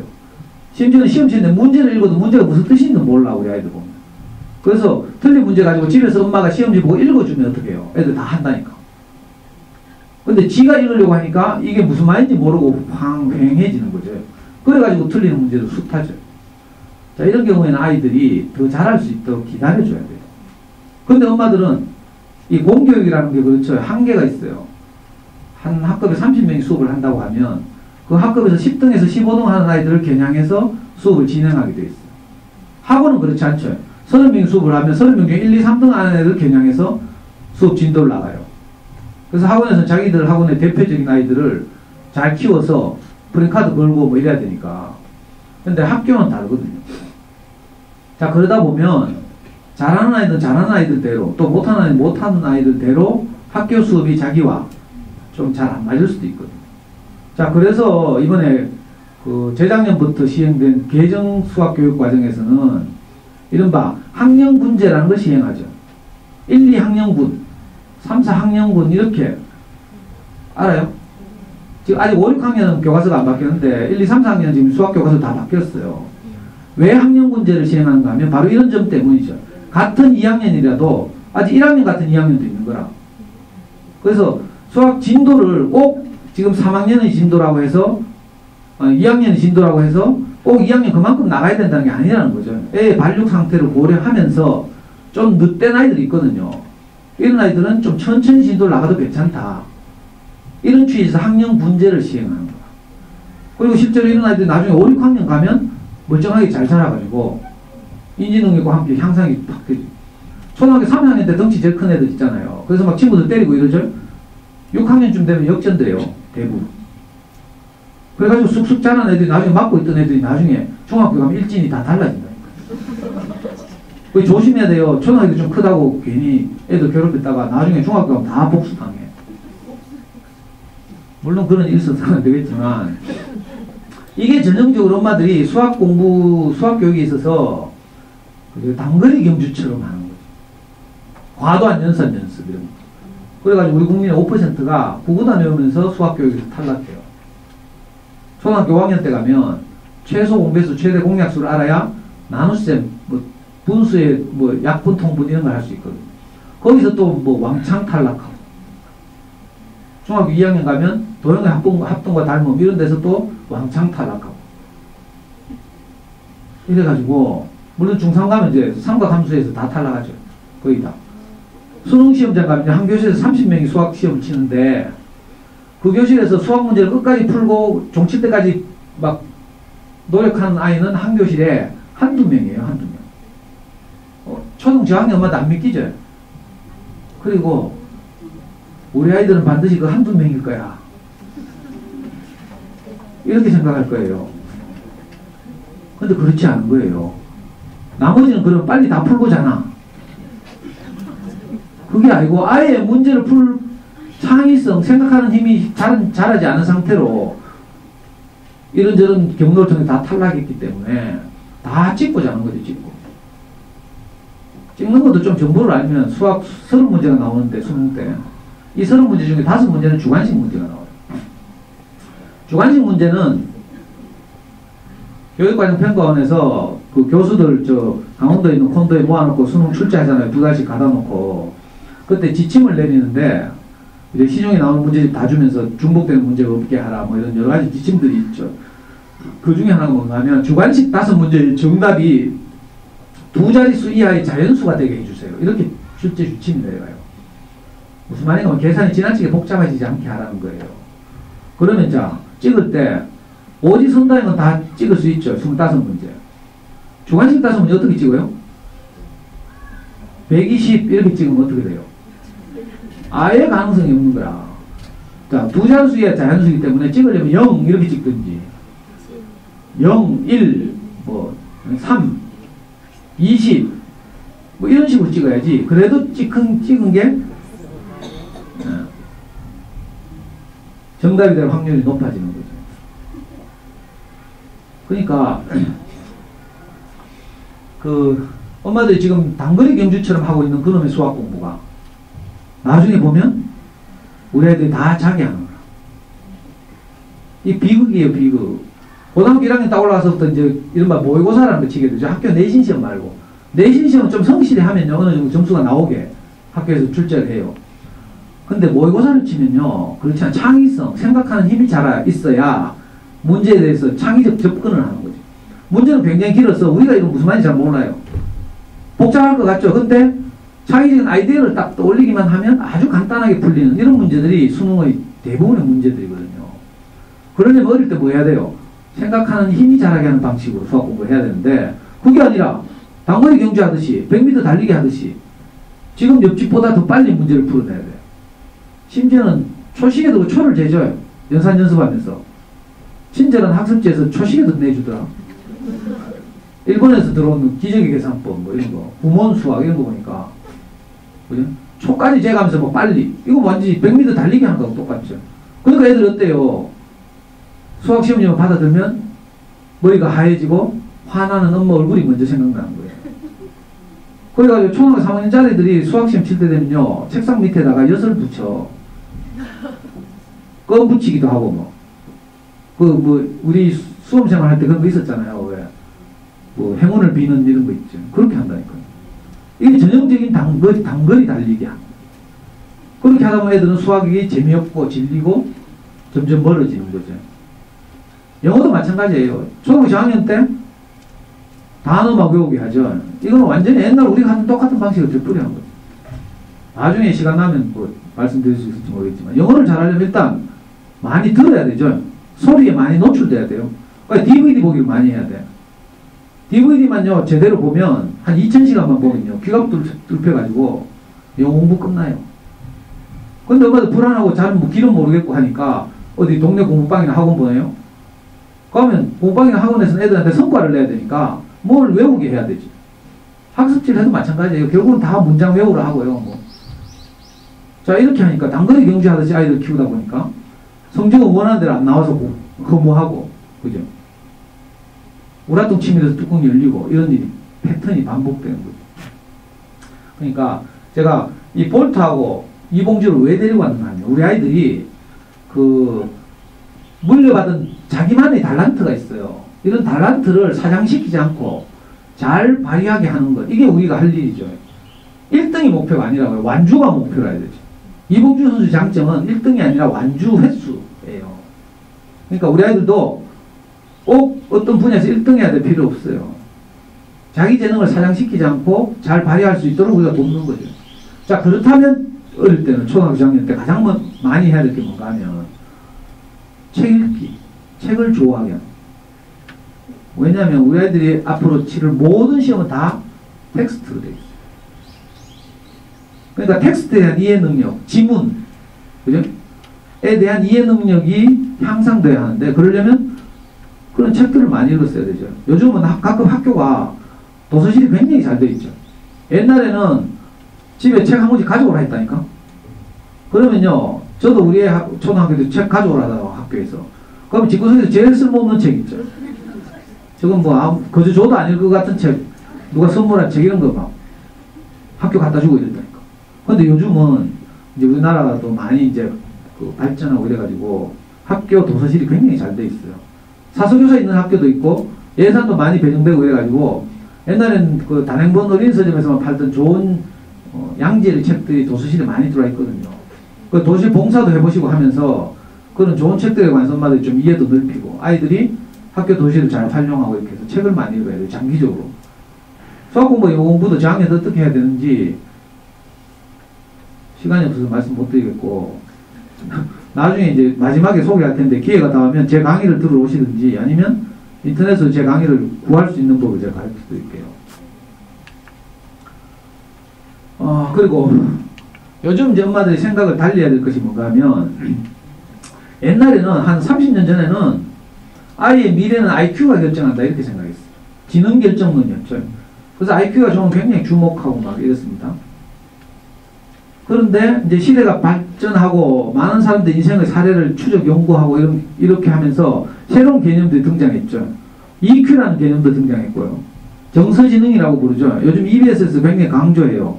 미국에서 공부하고 온 그 최성애 박사하고 조벽 교수 부부가 맨날 TV에 나와서 이런 전문가를 출연하죠. 그리고 뭐 감성지능 이런 것들 강조하고 그죠.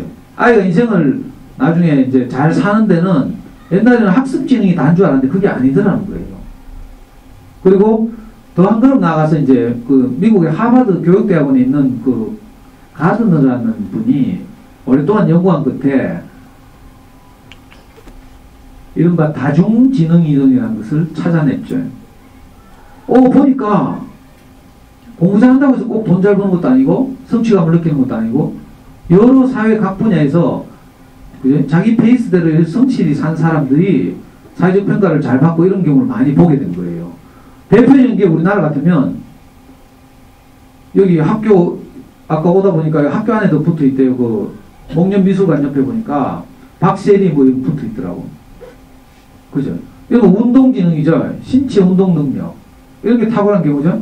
박지성 뭐 이런 경우도 그렇고 뿐만 아니라 뭐 음악예술지능 그죠? 또 사회관계지능 이런 게 있어요. 애가 공부는 되게 못하는 친구는 많아.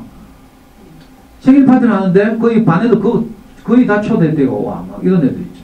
이런 애들은 사회관계지능이 뛰어난 거죠. 이런 애들은 나중에 잘 살게 돼 있어요. 사업도 잘할 수 있고 주변에 그 좋은 인간관계를 잘 맺는 지능이 있거든요. 자, 이런 거 하면 또 어떤 아이들은 주로 말을 잘하는 아이들이 있어요. 언어적 능력이 뛰어난 경우죠. 초등학교 때 보면 막 말대꾸 한 번도 안 지고 하는 이런 애들 있죠. 엄마들은 이게 조디만 살았다 하고 막 입만 살았다 하면서 막 핀잔하는데 그러면 안 되죠. 네가 참 표현을 잘하는구나. 저도 어릴 때 그런 소리 들었어요. 우리 형이 항상 저보고요, 니 조디만 살았다 이카더라고. 우리 삼형제가 이제 고생고생 해가지고 우리 형이 검정고시 거쳐서 경대 의대를 들어갔어요. 단가시 해방에서 형이 이제 의대 공부를 할 수 없어서 친구 집에 가서 늘 공부를 했거든요. 그리고 주말 되면 이제 옷 갈아입으러 집으로 와요. 그러면 엄마가 형이 오면 항상 남편처럼 이제 저하고 제 동생 욕을 하는 거야, 엄마가.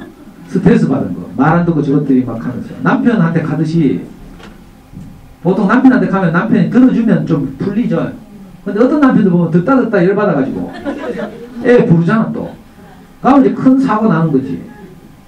특히 남자아이들을 키우는 집 조심하세요. 그죠? 남자아이들 이야기를 아빠한테 가능하면 긍정적인 걸 해야죠. 하루를 살아서 아이에게 좋은 점, 이런 걸, 그죠?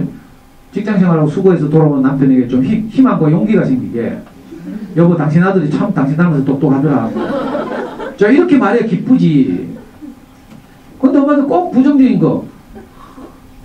저기 있잖아, 여보, 하면서 막 하면, 어떤 아빠는 뚜껑 열려가지고 애 불러 반 죽인다니까. 나중에 사춘기 돼봐야 큰일 나요, 그러면. 그러면 사춘기 때 하면요, 애들이 아빠하고 싸운다니까. 텔레비 깨부고 뭐 이런 애들 있어요. 제가 상담한 아이들 중에 아빠한테 몇 번 맞을 땐 참더니 사춘기가 되고 자기 힘이 좀 생기니까 내가 아빠 내한테 한 대로 똑같이 하겠다 하면서 집에 있는 기물을 다 부수고 막 이런 애들도 있어요. 굉장히 위험하지. 그 우리 엄마가 형한테 좀 하소연한다고 하는 거라 이제. 형은 성실하고 이제 장남이니까. 근데 지는 뭐 혼자 대학 가가지고 막 띵까띵까 하고 동생들 공장 다니면서 뭐 인생에 희망이 있어요. 그러니까 맨날 농지치고 만화방 다니고 뭐 이래 살았죠. 그럼 형이 엄마 말 들으면 항상 우리를 체포하러 와. 만화방에 찾아와요. 그 체포대 가면 이제 막 처음에는 잔소리를 시작하다 그 다음에 패는 거라. 저보다 3살 많은데. 그럼 저도 할 말이 있잖아요. 그래서 말 대꾸 하잖아요. 그럼 우리 형이 항상 저한테 하면 이 새끼 이건 조디만 살아가지고. 나중에 크고 나서 보니까 그게 다른 말을 하면 표현 능력이 뛰어나다. 이거였어요. 그래서 나중에 제가 대학 들어가서 운동권 했죠, 운동권. 국가원법 위반하고 막 있잖아요. 87년 6월 항쟁 이럴 때는 제가 맨날 반월당 시내 한일극장 내거리는 데서 길가에서 들어누워가지고 제 전공이 정치 외교학과잖아요. 이렇게 여러 가지 재능들이 다 다를 수 있죠. 근데 우리는 옛날에는 무조건 학습재능만 주목해가지고 우리 아이들 한 줄로 세우려고 했어요. 꼭 그럴 필요 없어요. 다양한 방면을 진출해서 요즘 희한한 직업 있거든요. 뭐 여기 잘 안 보이죠? 뒤에서 보면 이 구체적인 각각의 지능들을 잘 이렇게 발휘해가지고 높은 평가를 받는 사람들의 사례가 여기 이름에 다 나와 있죠. 우리나라 같으면 최근에 유현진이라는 친구 알죠? 메이저리그 가서 지금 아주 높은 연봉을 받고 있고요. 지금은 이제 갓 계약을 가서 그런데 앞으로 5년 지나면 새로운 계약을 체결할 때는 진짜 큰 대박을 터뜨려요. 박지성 같은 친구도 주급을 수십억 받나요? 주급을? 그러니까 놀라운 일이죠. 아니 공부 잘해가지고 전교 몇 등 해가지고요 한 4% 안에 들었어. 그럼 어디 가요? 대구 교대 가죠. 우리 저 선생님들 계신데 미안한데 대구 교대는 안정적인 직업을 가지는 거야. 그래야 그래요. 공부 잘하면 좀 안정적인 직업을 가질 확률이 높아지는 것이지 행복하고는 아무 상관이 없고요. 그리고 돈 많이 버는 것하고도 좀 상관이 없어요. 저도 보니까 저보다 훨씬 공부 못했던 애들이 다 뭐 그랜저 타고 에쿠스 타고 다니더라고. 이상한 일이죠. 사업해가지고 차라리 돈을 훨씬 많이 벌죠. 여기도 그런 분들 계실 거라. 그러니까 우리가 생각했던 거 그게 다가 아닌 거라. 공부가 다라고 생각하고 그것도 단거리 경주라고 생각해서 어릴 때부터 너무 밀어붙이다 보면 호수 완주도 못하고 제 풀에 쓰러져가지고 자존감을 잃고 이런 경우가 참 많죠. 그러니까 좀 생각을 넓게 가졌으면 좋겠어요. 이건 뭔지 알아요?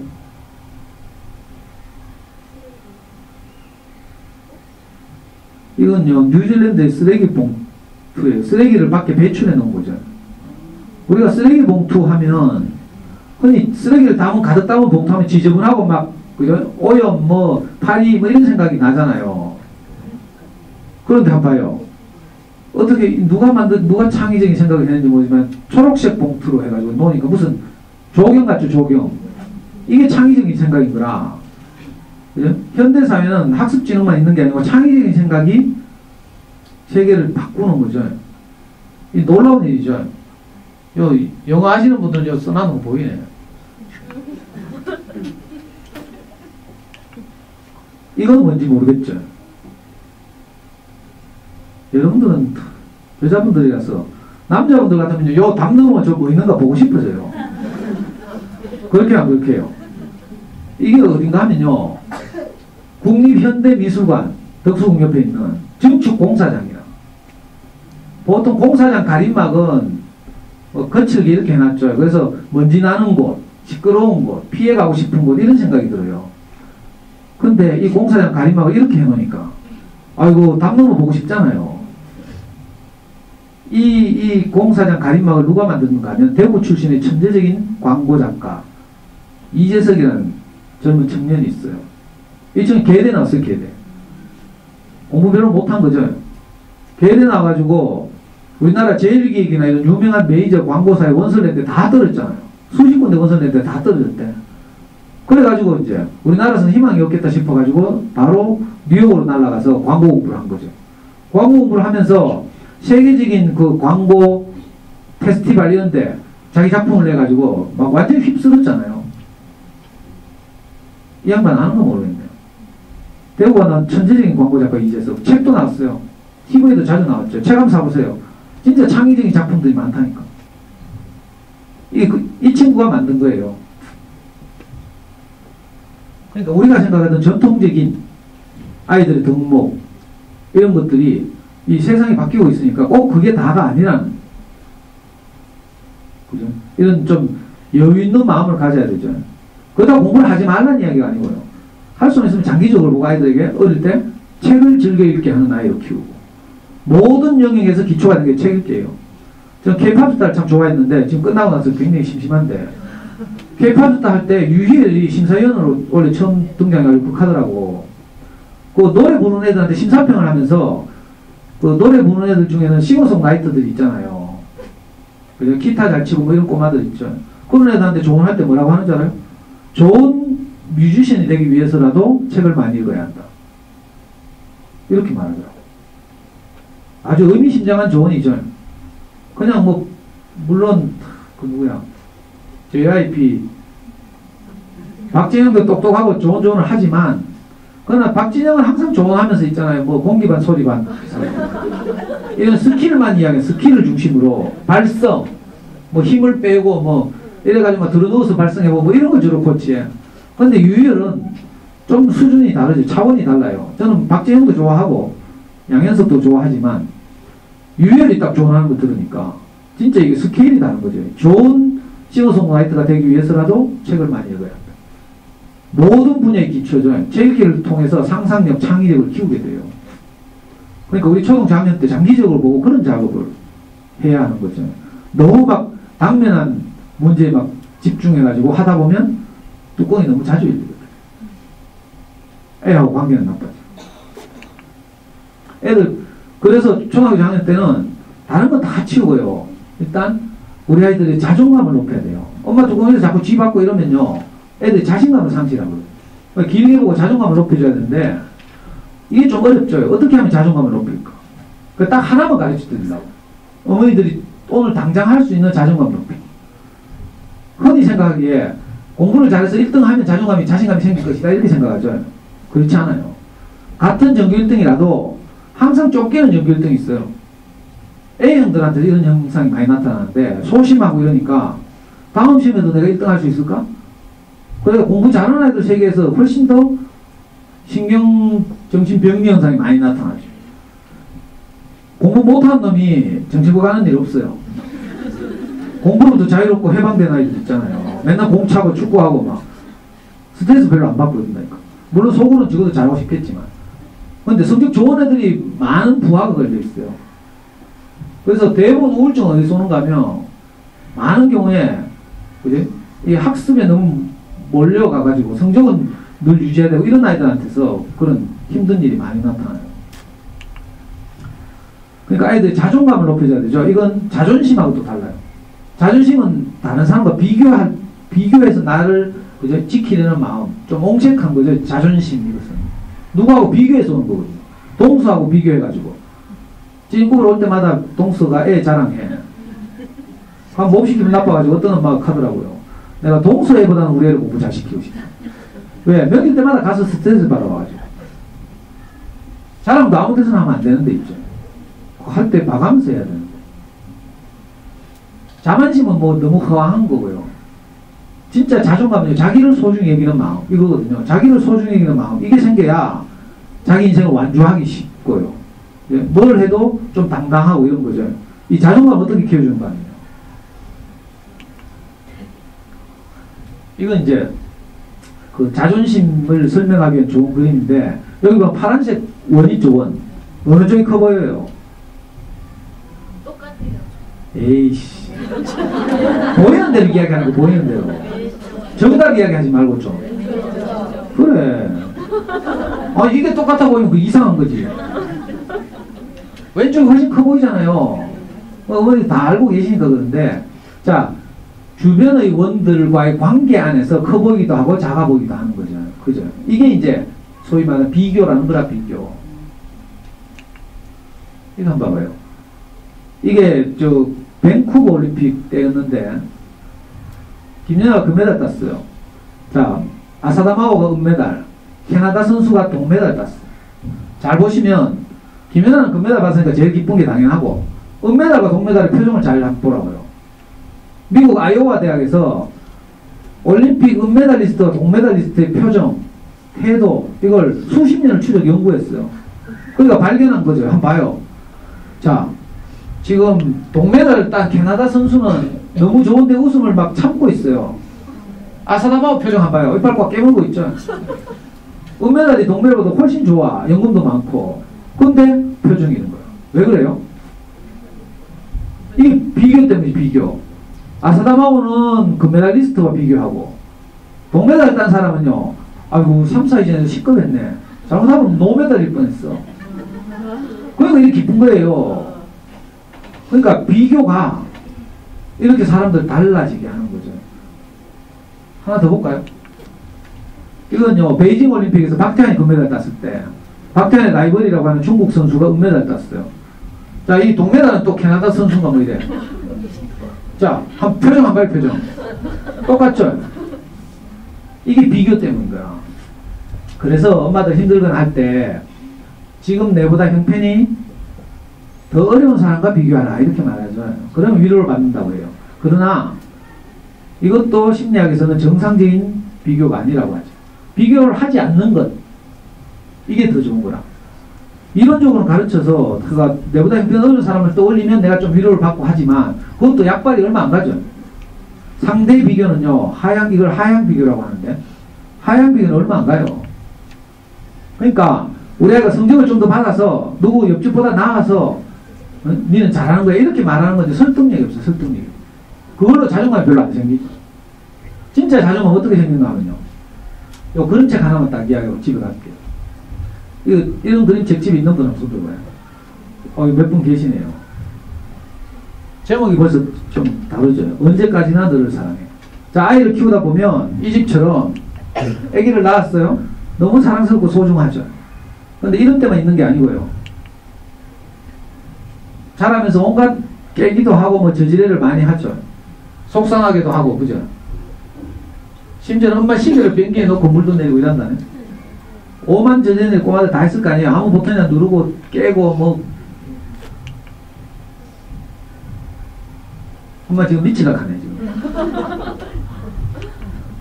또 좀 크니까요, 이제 초딩쯤 되니까 이것들이 예의도 없고 아무리 가르쳐도 안 돼. 할머니하고 같이 식사하면서 어른들 식사 끝나기 전에 막 지 볼리볼 가쁘고 막 이런 버르장머리 없는 짓도 하고요.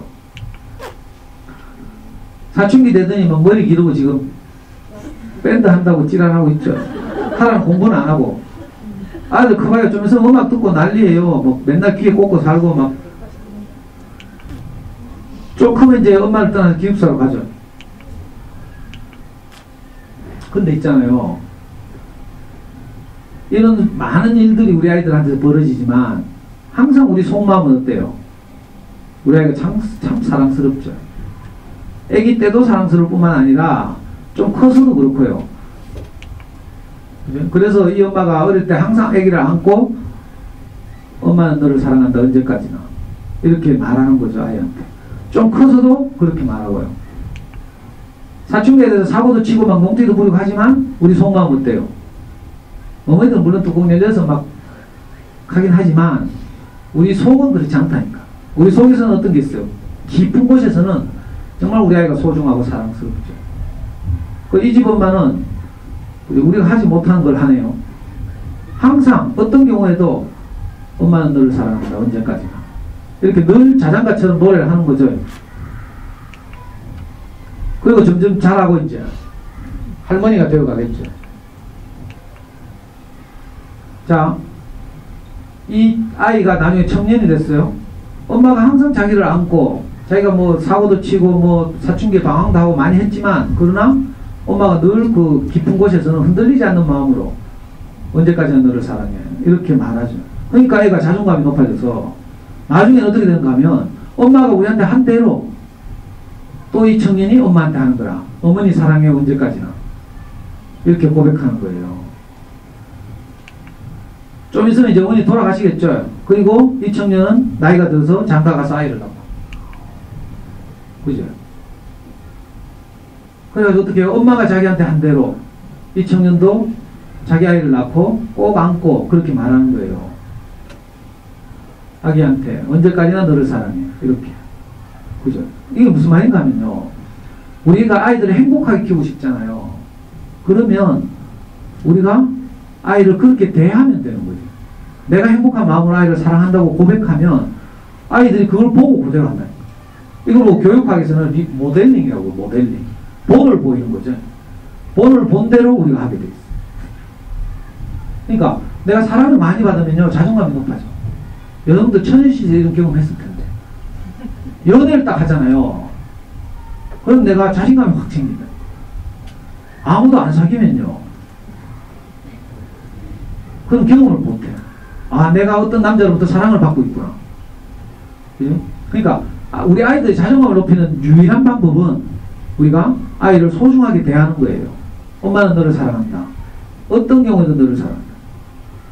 저는 아까 말씀드린 것처럼 고등학교 1학년 때 제가 그렇게 비참한 바닥을 치고 나서 그 다음부터 제가 정신을 바짝 차렸어요. 그래서 고등학교 1학년 이후로 제가 아이한테 항상 한 말은 뭔가 하면 아빠는 어떤 경우에도 너를 사랑한다. 자랑스러운 내 아들. 늘 이렇게 말했어요. 실제로 애 앞에서만 그렇게 말한 게 아니라 제가 TV에 출연해가지고 아 그래 잡고 이랬는데도 어떻게 소문이 잘못 나가지고 제가 좋은 아빠로 소문이 났잖아요. 대구바닥에서. 그래가지고 KBS 아침마당, KBS 대구방송총국의 아침마당이라는 프로그램이 있어요. 유통 나오고 뭐 아나운서 2명 나와가지고 초대 손님 불러가지고 그때 제가 좋은 아빠로 불려가가지고 50분 더 녹화를 했잖아요. 원래 우리 애 뭐 같이 나오라 했는데 애는 그때 안 나오려 하더라고. 그래가지고 애는 학교에서 수업받고 있고 저만 나갔어요. 그래 뭐 이런저런 이야기를 나누다가 아나운서가 마지막에 저한테 하더라고. 아드님이 녹화방송 보실 테니까 아드님한테 마지막으로 한마디만 하라고. 그래서 내가 카메라를 딱 보면서 켰어요. 사랑하는 내 아들아, 아빠는 어떤 경우에도 너를 사랑한다. 이 사실을 잊지 말거라. 그리고 계속 그런 말을 했죠. 아니 우리 애는 지금 다 컸어요. 24살. 저는 저보다 덩치도 크고 키도 크고 이제 뭐 서울에 가니까 뭐 최첨단 유행을 이렇게 봐도 머리도 항상 뭐 모이칸 스타일 겁니다. 알아요? 옆머리는 다 자르고 없고 윗머리는 막 벼슬처럼 세워가지고 내가 봐도 우리 애 멋있어요. 세계 여행도 지 혼자 툭툭 스케줄 짜가지고 돌아다니고 영화관 한 번도 안 갔는데도 어릴 때 비디오를 많이 봐가지고 나중에 이거 자세하게 말씀드릴게요. 나중에 뭐 제 강의 들어오시든지. 그잖아요. 지금도 우리 아이는 돈이 필요하면 엄마한테 카톡해요. 근데 정신적 위로가 필요하면 저한테 카톡. 참 신기하죠. 옛날 같아서 아빠 꼴도 안 볼 낀데 제가 비참한 그 경험을 한 이후로 제 인생이 확 대호각성해서 이 짧은 시간에 다 말씀드릴 수는 없고 그래가지고 있잖아요. 제가 우리 아이가 군대를 갔어요. 어느 날 해경을 갔어, 해경. 어제 우리 박근혜 대통령이 담화를 발표하더라고. 해경 해체. 아유, 근데 제가 만감이 교차돼. 우리는 처음에 카투사 가려고 했는데, 카투사는 추첨하건 추첨. 뭐 영어 점수 1점 이상 되면 원서를 다 낼 수 있고 추첨해요. 한 번밖에, 생애 한 번밖에 원서를 못 내. 추첨에 떨어졌어요. 그 다음 공군을 가려고 했는데, 뭐 세계학인가 이게 있어가지고 안 된대. 그래, 할 수 없이 이제 지가 좀 편한 군대 생활 하려고 간 게 해경이에요. 해경을 가가지고 이제 해군 훈련소에서 훈련을 받고 또 해양경찰학교에서 또 훈련을 받고 그 다음에 평택 해양경찰서로 발령을 받아갔어. 그래가지고 이제 발령 받자마자 거기서 배를 타게 된 거죠. 이번에 세월호 사건에 처음 가장 먼저 도착한 배가 123정이라죠. 해군의 작은 경비정들은 P 몇 정 이렇게 보여요. 123정. 우리 아들은 P 109정에 발령을 받았어. 그거하고 비슷한 규모라. 거기 가면 직원들이 한 5명 타고 있고 정경들이 3명 있고 이래요. 정경들은 이제 직원들 시다바리하고 밥 해주고 막 이런 거. 처음 가면 있잖아요. 배가 항상 물 위에 떠 있거든. 그래서 계속 파도에 이렇게 울렁울렁거려요. 멀미 때문에 반 죽을 지경이죠. 근데다가 제일 쫄병이 밥을 하는 거라. 해경의 전통이에요. 밥을 해서 직원들 이제 먹여 살리는 거죠.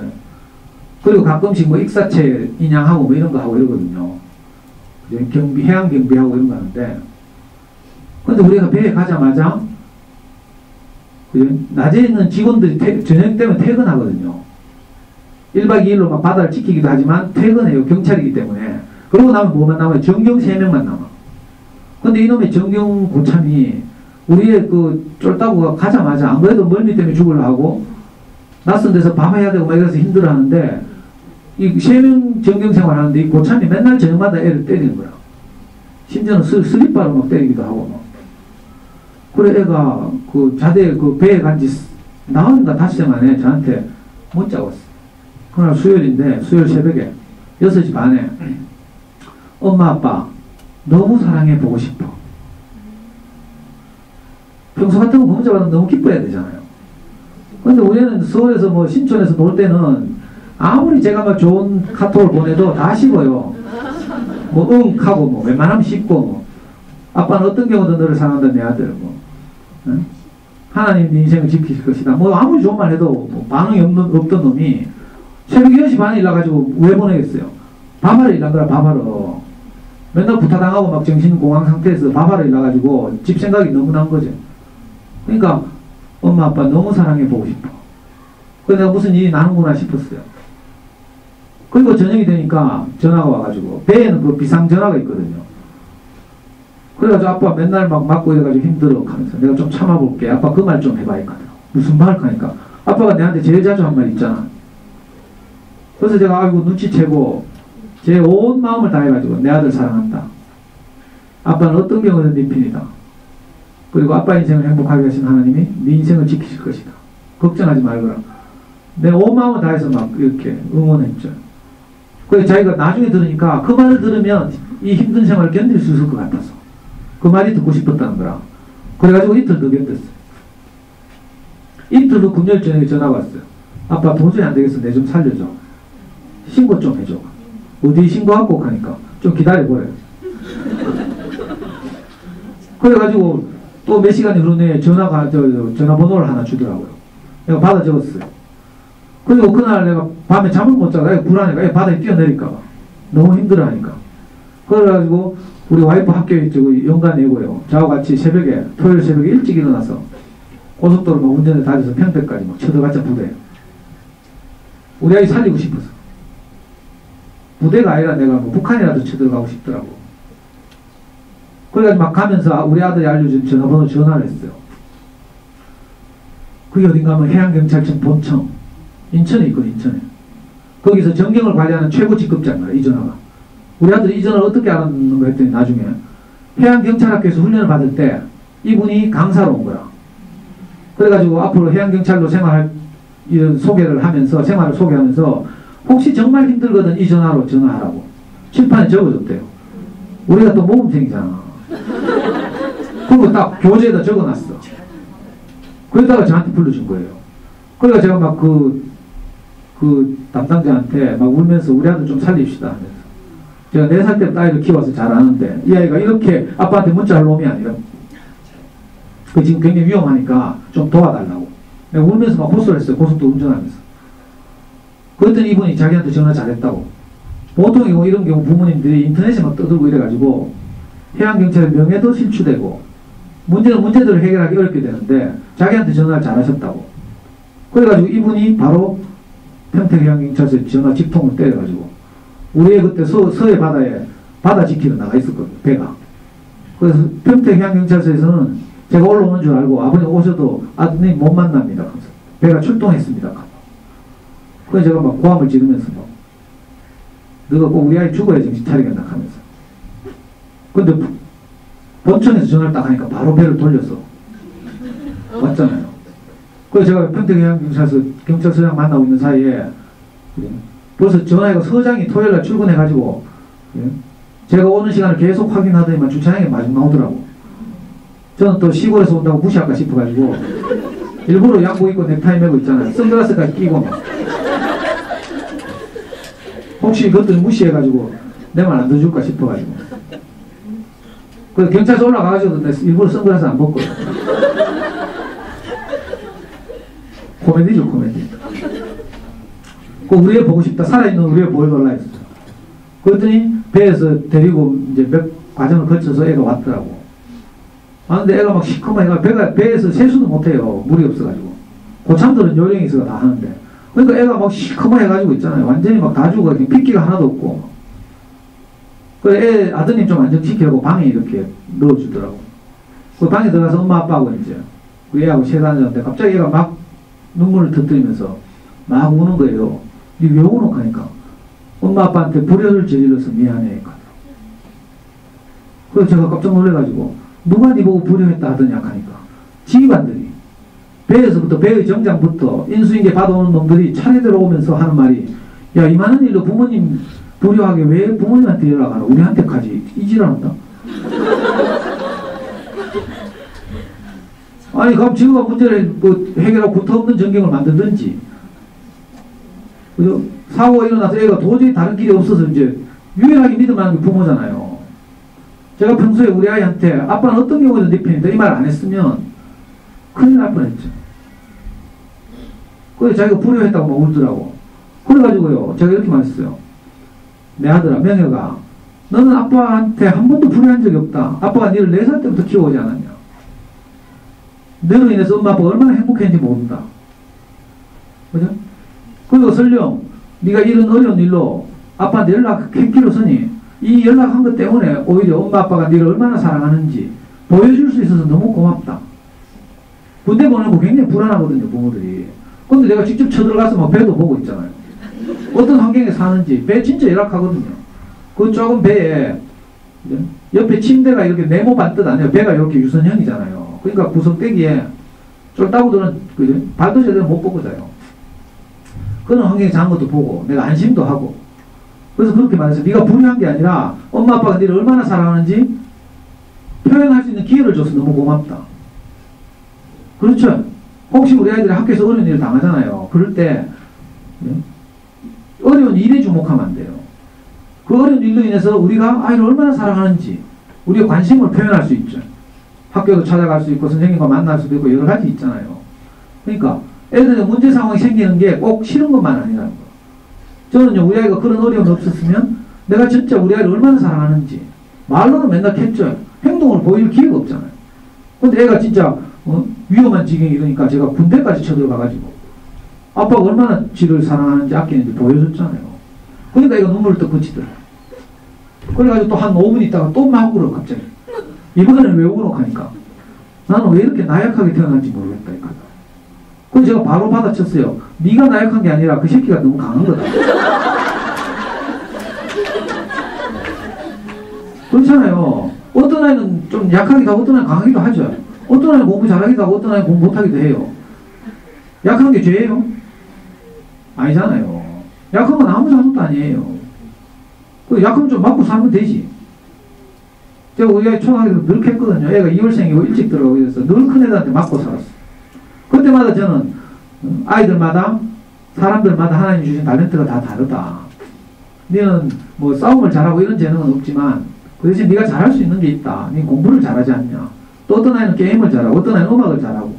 그러니까 서로 인정하고 살면 된다. 늘 이렇게 가르쳤거든. 그리고 설령 네가 나약하다 하더라도 그건 아빠 유전자 탓이지. 엄마 유전자인가? 네 잘못이 하나도 아니다. 맞죠? 그러니까 얘가 또 눈물을 또 굳히더라. 우리 안에 있는 마음을 아이가 어려울 때 표현할 수 있잖아요. 우리가 얼마나 아이를 사랑하는지. 요즘 특별히 이렇게 세월호 사고 생기고 나니까 그죠? 더 그런 마음이 생기죠. 들고 더 애틋하고. 그 세월호 사건 나고 그 근처에 팽목항이라고 있잖아요. 거기에 뭐 리본들이 많이 달렸죠. 저는 수많은 뉴스를 보면서 거기서 딱 한 리본에 주목했어요. 어떤 아빠가 거기다 그렇게 적었더라고. 뭐라고 적었는가 하면 엄마 아빠는 네가 우리 아들이어서 너무 행복했다 이렇게 적었어요. 이미 일어난 일 어쩔 수 없어요. 돌이킬 수 없어요. 그 원망하고 이래봐야 너무 통탄하고 애틋한 일이죠. 그러나 이 아빠는 정말 놀라운 걸 추수한 거예요. 우리 아이가 살아있는 동안 충분히 행복했다. 엄마 아빠는 너를 위해서 너무 행복했다. 이게 정말 우리가 언젠가는 아이하고 헤어져야 돼요. 맞죠? 영원히 아이 옆에 있을 수 있어요? 영원히 있고 싶지만 안 되잖아요. 자, 아이하고 언젠가 우리가 헤어지게 될 텐데 그게 언제일지 몰라요. 또 최악의 경우는 이번 세월호 사건처럼 우리 아이가 먼저 우리 곁을 떠날 수도 있어요. 자, 우리가 어떻게 해야 되겠어요? 그날이 올 때 늘 생각해서 우리가 아이들하고 행복하게 살아야죠. 근데 행복하게 사는 건요, 뭐 공부 잘하고 돈 많이 벌고 이거 상관이 없어요. 관계가 좀 행복해요, 관계가. 근데 그 행복한 그 아빠가 그렇게 써놨더라니까. 엄마 아빠는 네가 우리 아들이어서 너무 행복했다. 이렇게. 저는 늘 우리 아이한테 그 마음을 이야기했어요. 그랬더니 애가 확 밝아졌어요. 그리고 해양경찰하고 협상해가지고 가해자를 다시는 우리 아이하고 못 만나게 해라. 그리고 바로 제주 해양경찰서로 보냈어. 그리고 우리 아이는 지금 배에서 트라우마가 생겼기 때문에 위험하다. 약해지면 바다에 뛰어내릴지도 모르니까 육지로 옮겨라. 그래가지고 육지에 있는 해양경찰서에 파출소들이 있어요. 어선의 입출항을 관리하고 뭐 이런 거 하는. 그 파출소로 옮겼잖아요. 그래가지고 우리 아이 살아났어요. 그 후로도 많은 어려움이 있었지만 무사히 잘 전역을 해서 작년 여름에 지역 같은 그 진짜 어려움을 이기고, 만약에 그때 제가 누구하고 비교했으면 이렇게 말해요. 우리 아이가 살려달라고 힘들다 하면 제가 늘 아이를 비교하고 키웠다면 어떻게 말하겠어요? 야, 이 새끼야, 해양경찰도 군대가 어떤 애는 공수도 가는데 이렇게 하면 어떻게 돼? 우리 아이는 이제 아빠한테 말 못하는 거지. 그럼 어떻게 돼요? 지 혼자 고민하다가 바다에 뛰어내리거나 하고. 우리 아이들에게 우리가 어쩌면 유일한 보루예요, 보루. 그렇죠? 우리도 표면적으로는 아이 공부 때문에 뭐 찌고 뽑고 잡고 뚜껑 열리고 하지만 우리 속 깊은 곳이 뭐가 있잖아요. 그게 너무 아까 말한 대치동에서 막 흘러온 이런 거센 파도 같은 것이 우리가 휩쓸려서 그렇지, 사실 우리 마음 깊숙한 곳에는 우리 아이들이 정말 소중하죠. 우리가 애기들 낳고 키울 때 얼마나 기뻤어요. 어디 가서 뭐 노래라도 한 자락 배워오면 있잖아요. 막 시댁 친정 다 전화해가지고 리사이틀 열고 막 우리 정말 기뻐했잖아요. 그 마음이 우리 안에 있다니까. 자, 이 마음으로 우리 아이들이 학교 갔다 오면 꼭 안아주고, 애야 엄마는 너를 사랑한다. 언제까지나. 이렇게 말해야 되죠. 아이들이 학교 갔다 오는 건요, 집으로 돌아오는 것 같지만 표면적으로는 사실은 엄마 품속으로 오는 거예요. 학교 가면 스트레스 많이 받거든요. 학교 가면 학교 자체가 비교의 공간이에요. 비교의 공간. 그렇죠? 공부 잘하는 사람 애들이 선생님의 관심을 더 받게 돼 있고, 공부 못하는 애들은 주눅 들고, 또 공부뿐이니까 애들 세계에서는 싸움 잘하면 힘 세면 또 지멋대로 막 하고, 힘 약하면 주눅 들어서 제일 앞자리에 앉아 있고, 거기다 또 게임 잘하는 놈은 게임 잘한다고 또 설치제, 음악 잘하는 가시나들은 또 음악 잘한다고 또 막 피아노 잘 치고 어릴 때부터 뭐 발표 잘하고 이런 여학생들 있죠. 근데 평범한 우리 아이는 학교 가서 얼마나 스트레스 받는지 몰라요. 물론 재밌게 놀기도 하겠죠. 그리고 그 어려움을 다 견디고 엄마에게로 돌아오는 거야. 근데 엄마들은 미리 과일 딱 깎아놓고 기다리고 있다가 빨리 과일 먹고 손 씻고 뭐 해라. 그럼 애가 어디 가서 위로받거나 이럴 길이 없어요. 엄마 무릎에 앉혀놓고 오늘 하루 수고했다. 힘들었지? 재밌었나? 이렇게 묻고 애들 뭐 제자제자 버리면 들어주고, 또 제자제자 거린다고 또 뭐 거기 너무 진지하게 반응해가 엄마가 학교 쫓아갈까 하고 막. 그거 하면 애들이 찐맛 없어서 다음부터 이해는 못해. 뭐 조금만 하면 선생님 찾아갈까 계산고. 아빠들 뭐 조금만 하면 막 뚜껑 열리는 거하고 비슷하죠. 그러면 안 되고요. 그냥 들어주는 것만으로 많은 경우에 해소되죠, 스트레스가. 물론 아이의 안전과 건강과 관련된 중요한 일은 이제 적극적으로 대응해야 되지만. 그러니까 우리가 아이들의 자존감을 높이는 다른 거 하나도 없어요. 엄마는 너를 사랑한다. 어떤 경우에든 내 편이다. 이 말을 하는 거라. 저는요, 초등학교 3학년을 마치고 4학년 때부터 전학을 다니기 시작해서 6군데. 그것도 전라도, 서울, 중고등학교 못 다녔죠. 제가 누구보다 자존감이 낮잖아요. 근데 내가 지금도 잊혀지지 않는 게 우리 엄마가 저를 어디 전학 보내려고 학교에 찾아갔다 와서 담임선생님한테 들은 이야기를 동네 아줌마하고 뭐 이렇게 하는 거라, 수다 떨면서. 근데 저는 잠들어 있었어요. 저녁 잠을 자고 있는데 뭐 두른두른 하는 소리가 들리더라고. 근데 우리 엄마가 동네 아줌마 보고 뭐라 하는가 하면요, 오늘 우리 아이 전학시키려고 학교에 갔더니 선생님이 전학시키기 아깝다 하더라. 이야기를 하는 거야. 너무 발표도 잘하고 항상 칠판만 쳐다본다고 이랬대. 담임선생님 그냥 덕담으로 극하겠죠, 일반적으로. 근데 우리 엄마는 그게 너무 이제 힘든 생활에서 아들에 대한 칭찬이니까 그걸 너무 좋게 듣고 동네 아줌마한테 그걸 자랑하는 거예요. 나를 긍정적으로 표현하니까 내가 잠결에 그걸 들었어. 그것도 몇 번. 잠결에 이런 걸 한 서너 번 들은 것 같아요. 그래서 저는 초등학교밖에 못 나왔지만, 그죠? 한편은 깊은 열등감이지만 한편은 늘 이렇게 용기를 가지고 자신감을 가지고 살았어요. 나중에 대학 들어가서 미팅 나가니까 호구조사하잖아. 미팅 나가. 고등학교 나가, 중학교 나가. 내가 다 검정고시 했다 하니까 놀리지 말래. 내 상대방 아가씨가. 어디 부잣집 외동아들 같이 보인다네, 저거.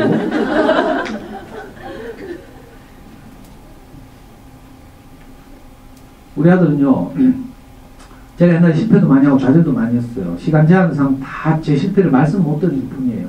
여러분들보다 훨씬 더 별났거든. 훨씬 더 뚜껑이 자주 열리고. 제가 생기기도 그렇게 생겼죠. 성질 급하게 생겼잖아요. 수많은 실패와 좌절을 반복했지만 거기서 그냥 무너지지 않고 다시 또 애 손을 잡고 일어서서 또 한 걸음씩 걷고 이렇게 하면서 지금까지 키워왔어요. 그리고 이런 실패, 수많은 실패를 경험하면서 철이 드는 거죠. 성숙해가요, 조금씩. 미친 짓도 한두 번이지. 그죠? 저마다 뚜껑 열려가지고 미안하다 하는 것도 한두 번이지. 조금씩 변하게 되잖아요. 아이고, 시간 많으면 제가 충분히 다 말씀드리고 싶은데, 그죠? 우리 아이에게 꼭 이 말을 한번 해봅시다. 자존감을 높이기 위해서 학교 갔다 오면 아이들 꼭 안고, 너는 너무 소중하단다, 얘야.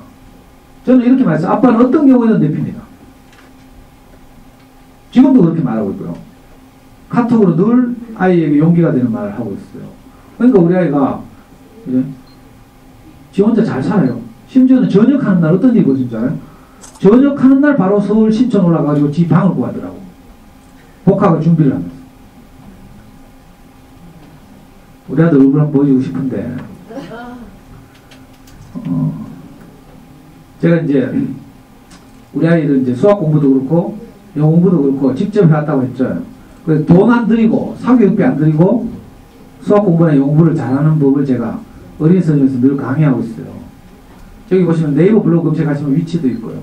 달서구 송현동 지하철 1호선 송현역 부근에 있는 서점인데, 거기서 지금 11년째 무료 강의를 하고 있어요. 그리고 제 모든 강의를, 지금 이 강의도 지금 동영상으로 이제 촬영되고 있는데, 모든 강의를 동영상과 mp3로 다음 카페 여기 올려놨어요. 혹시 그 필요하신 분 있으면 다운받아 들으시면 돼요. 그냥 동영상도 있고 카카오 스토리에 가도 되고요. 뭐 하여튼 여러 가지 용도로.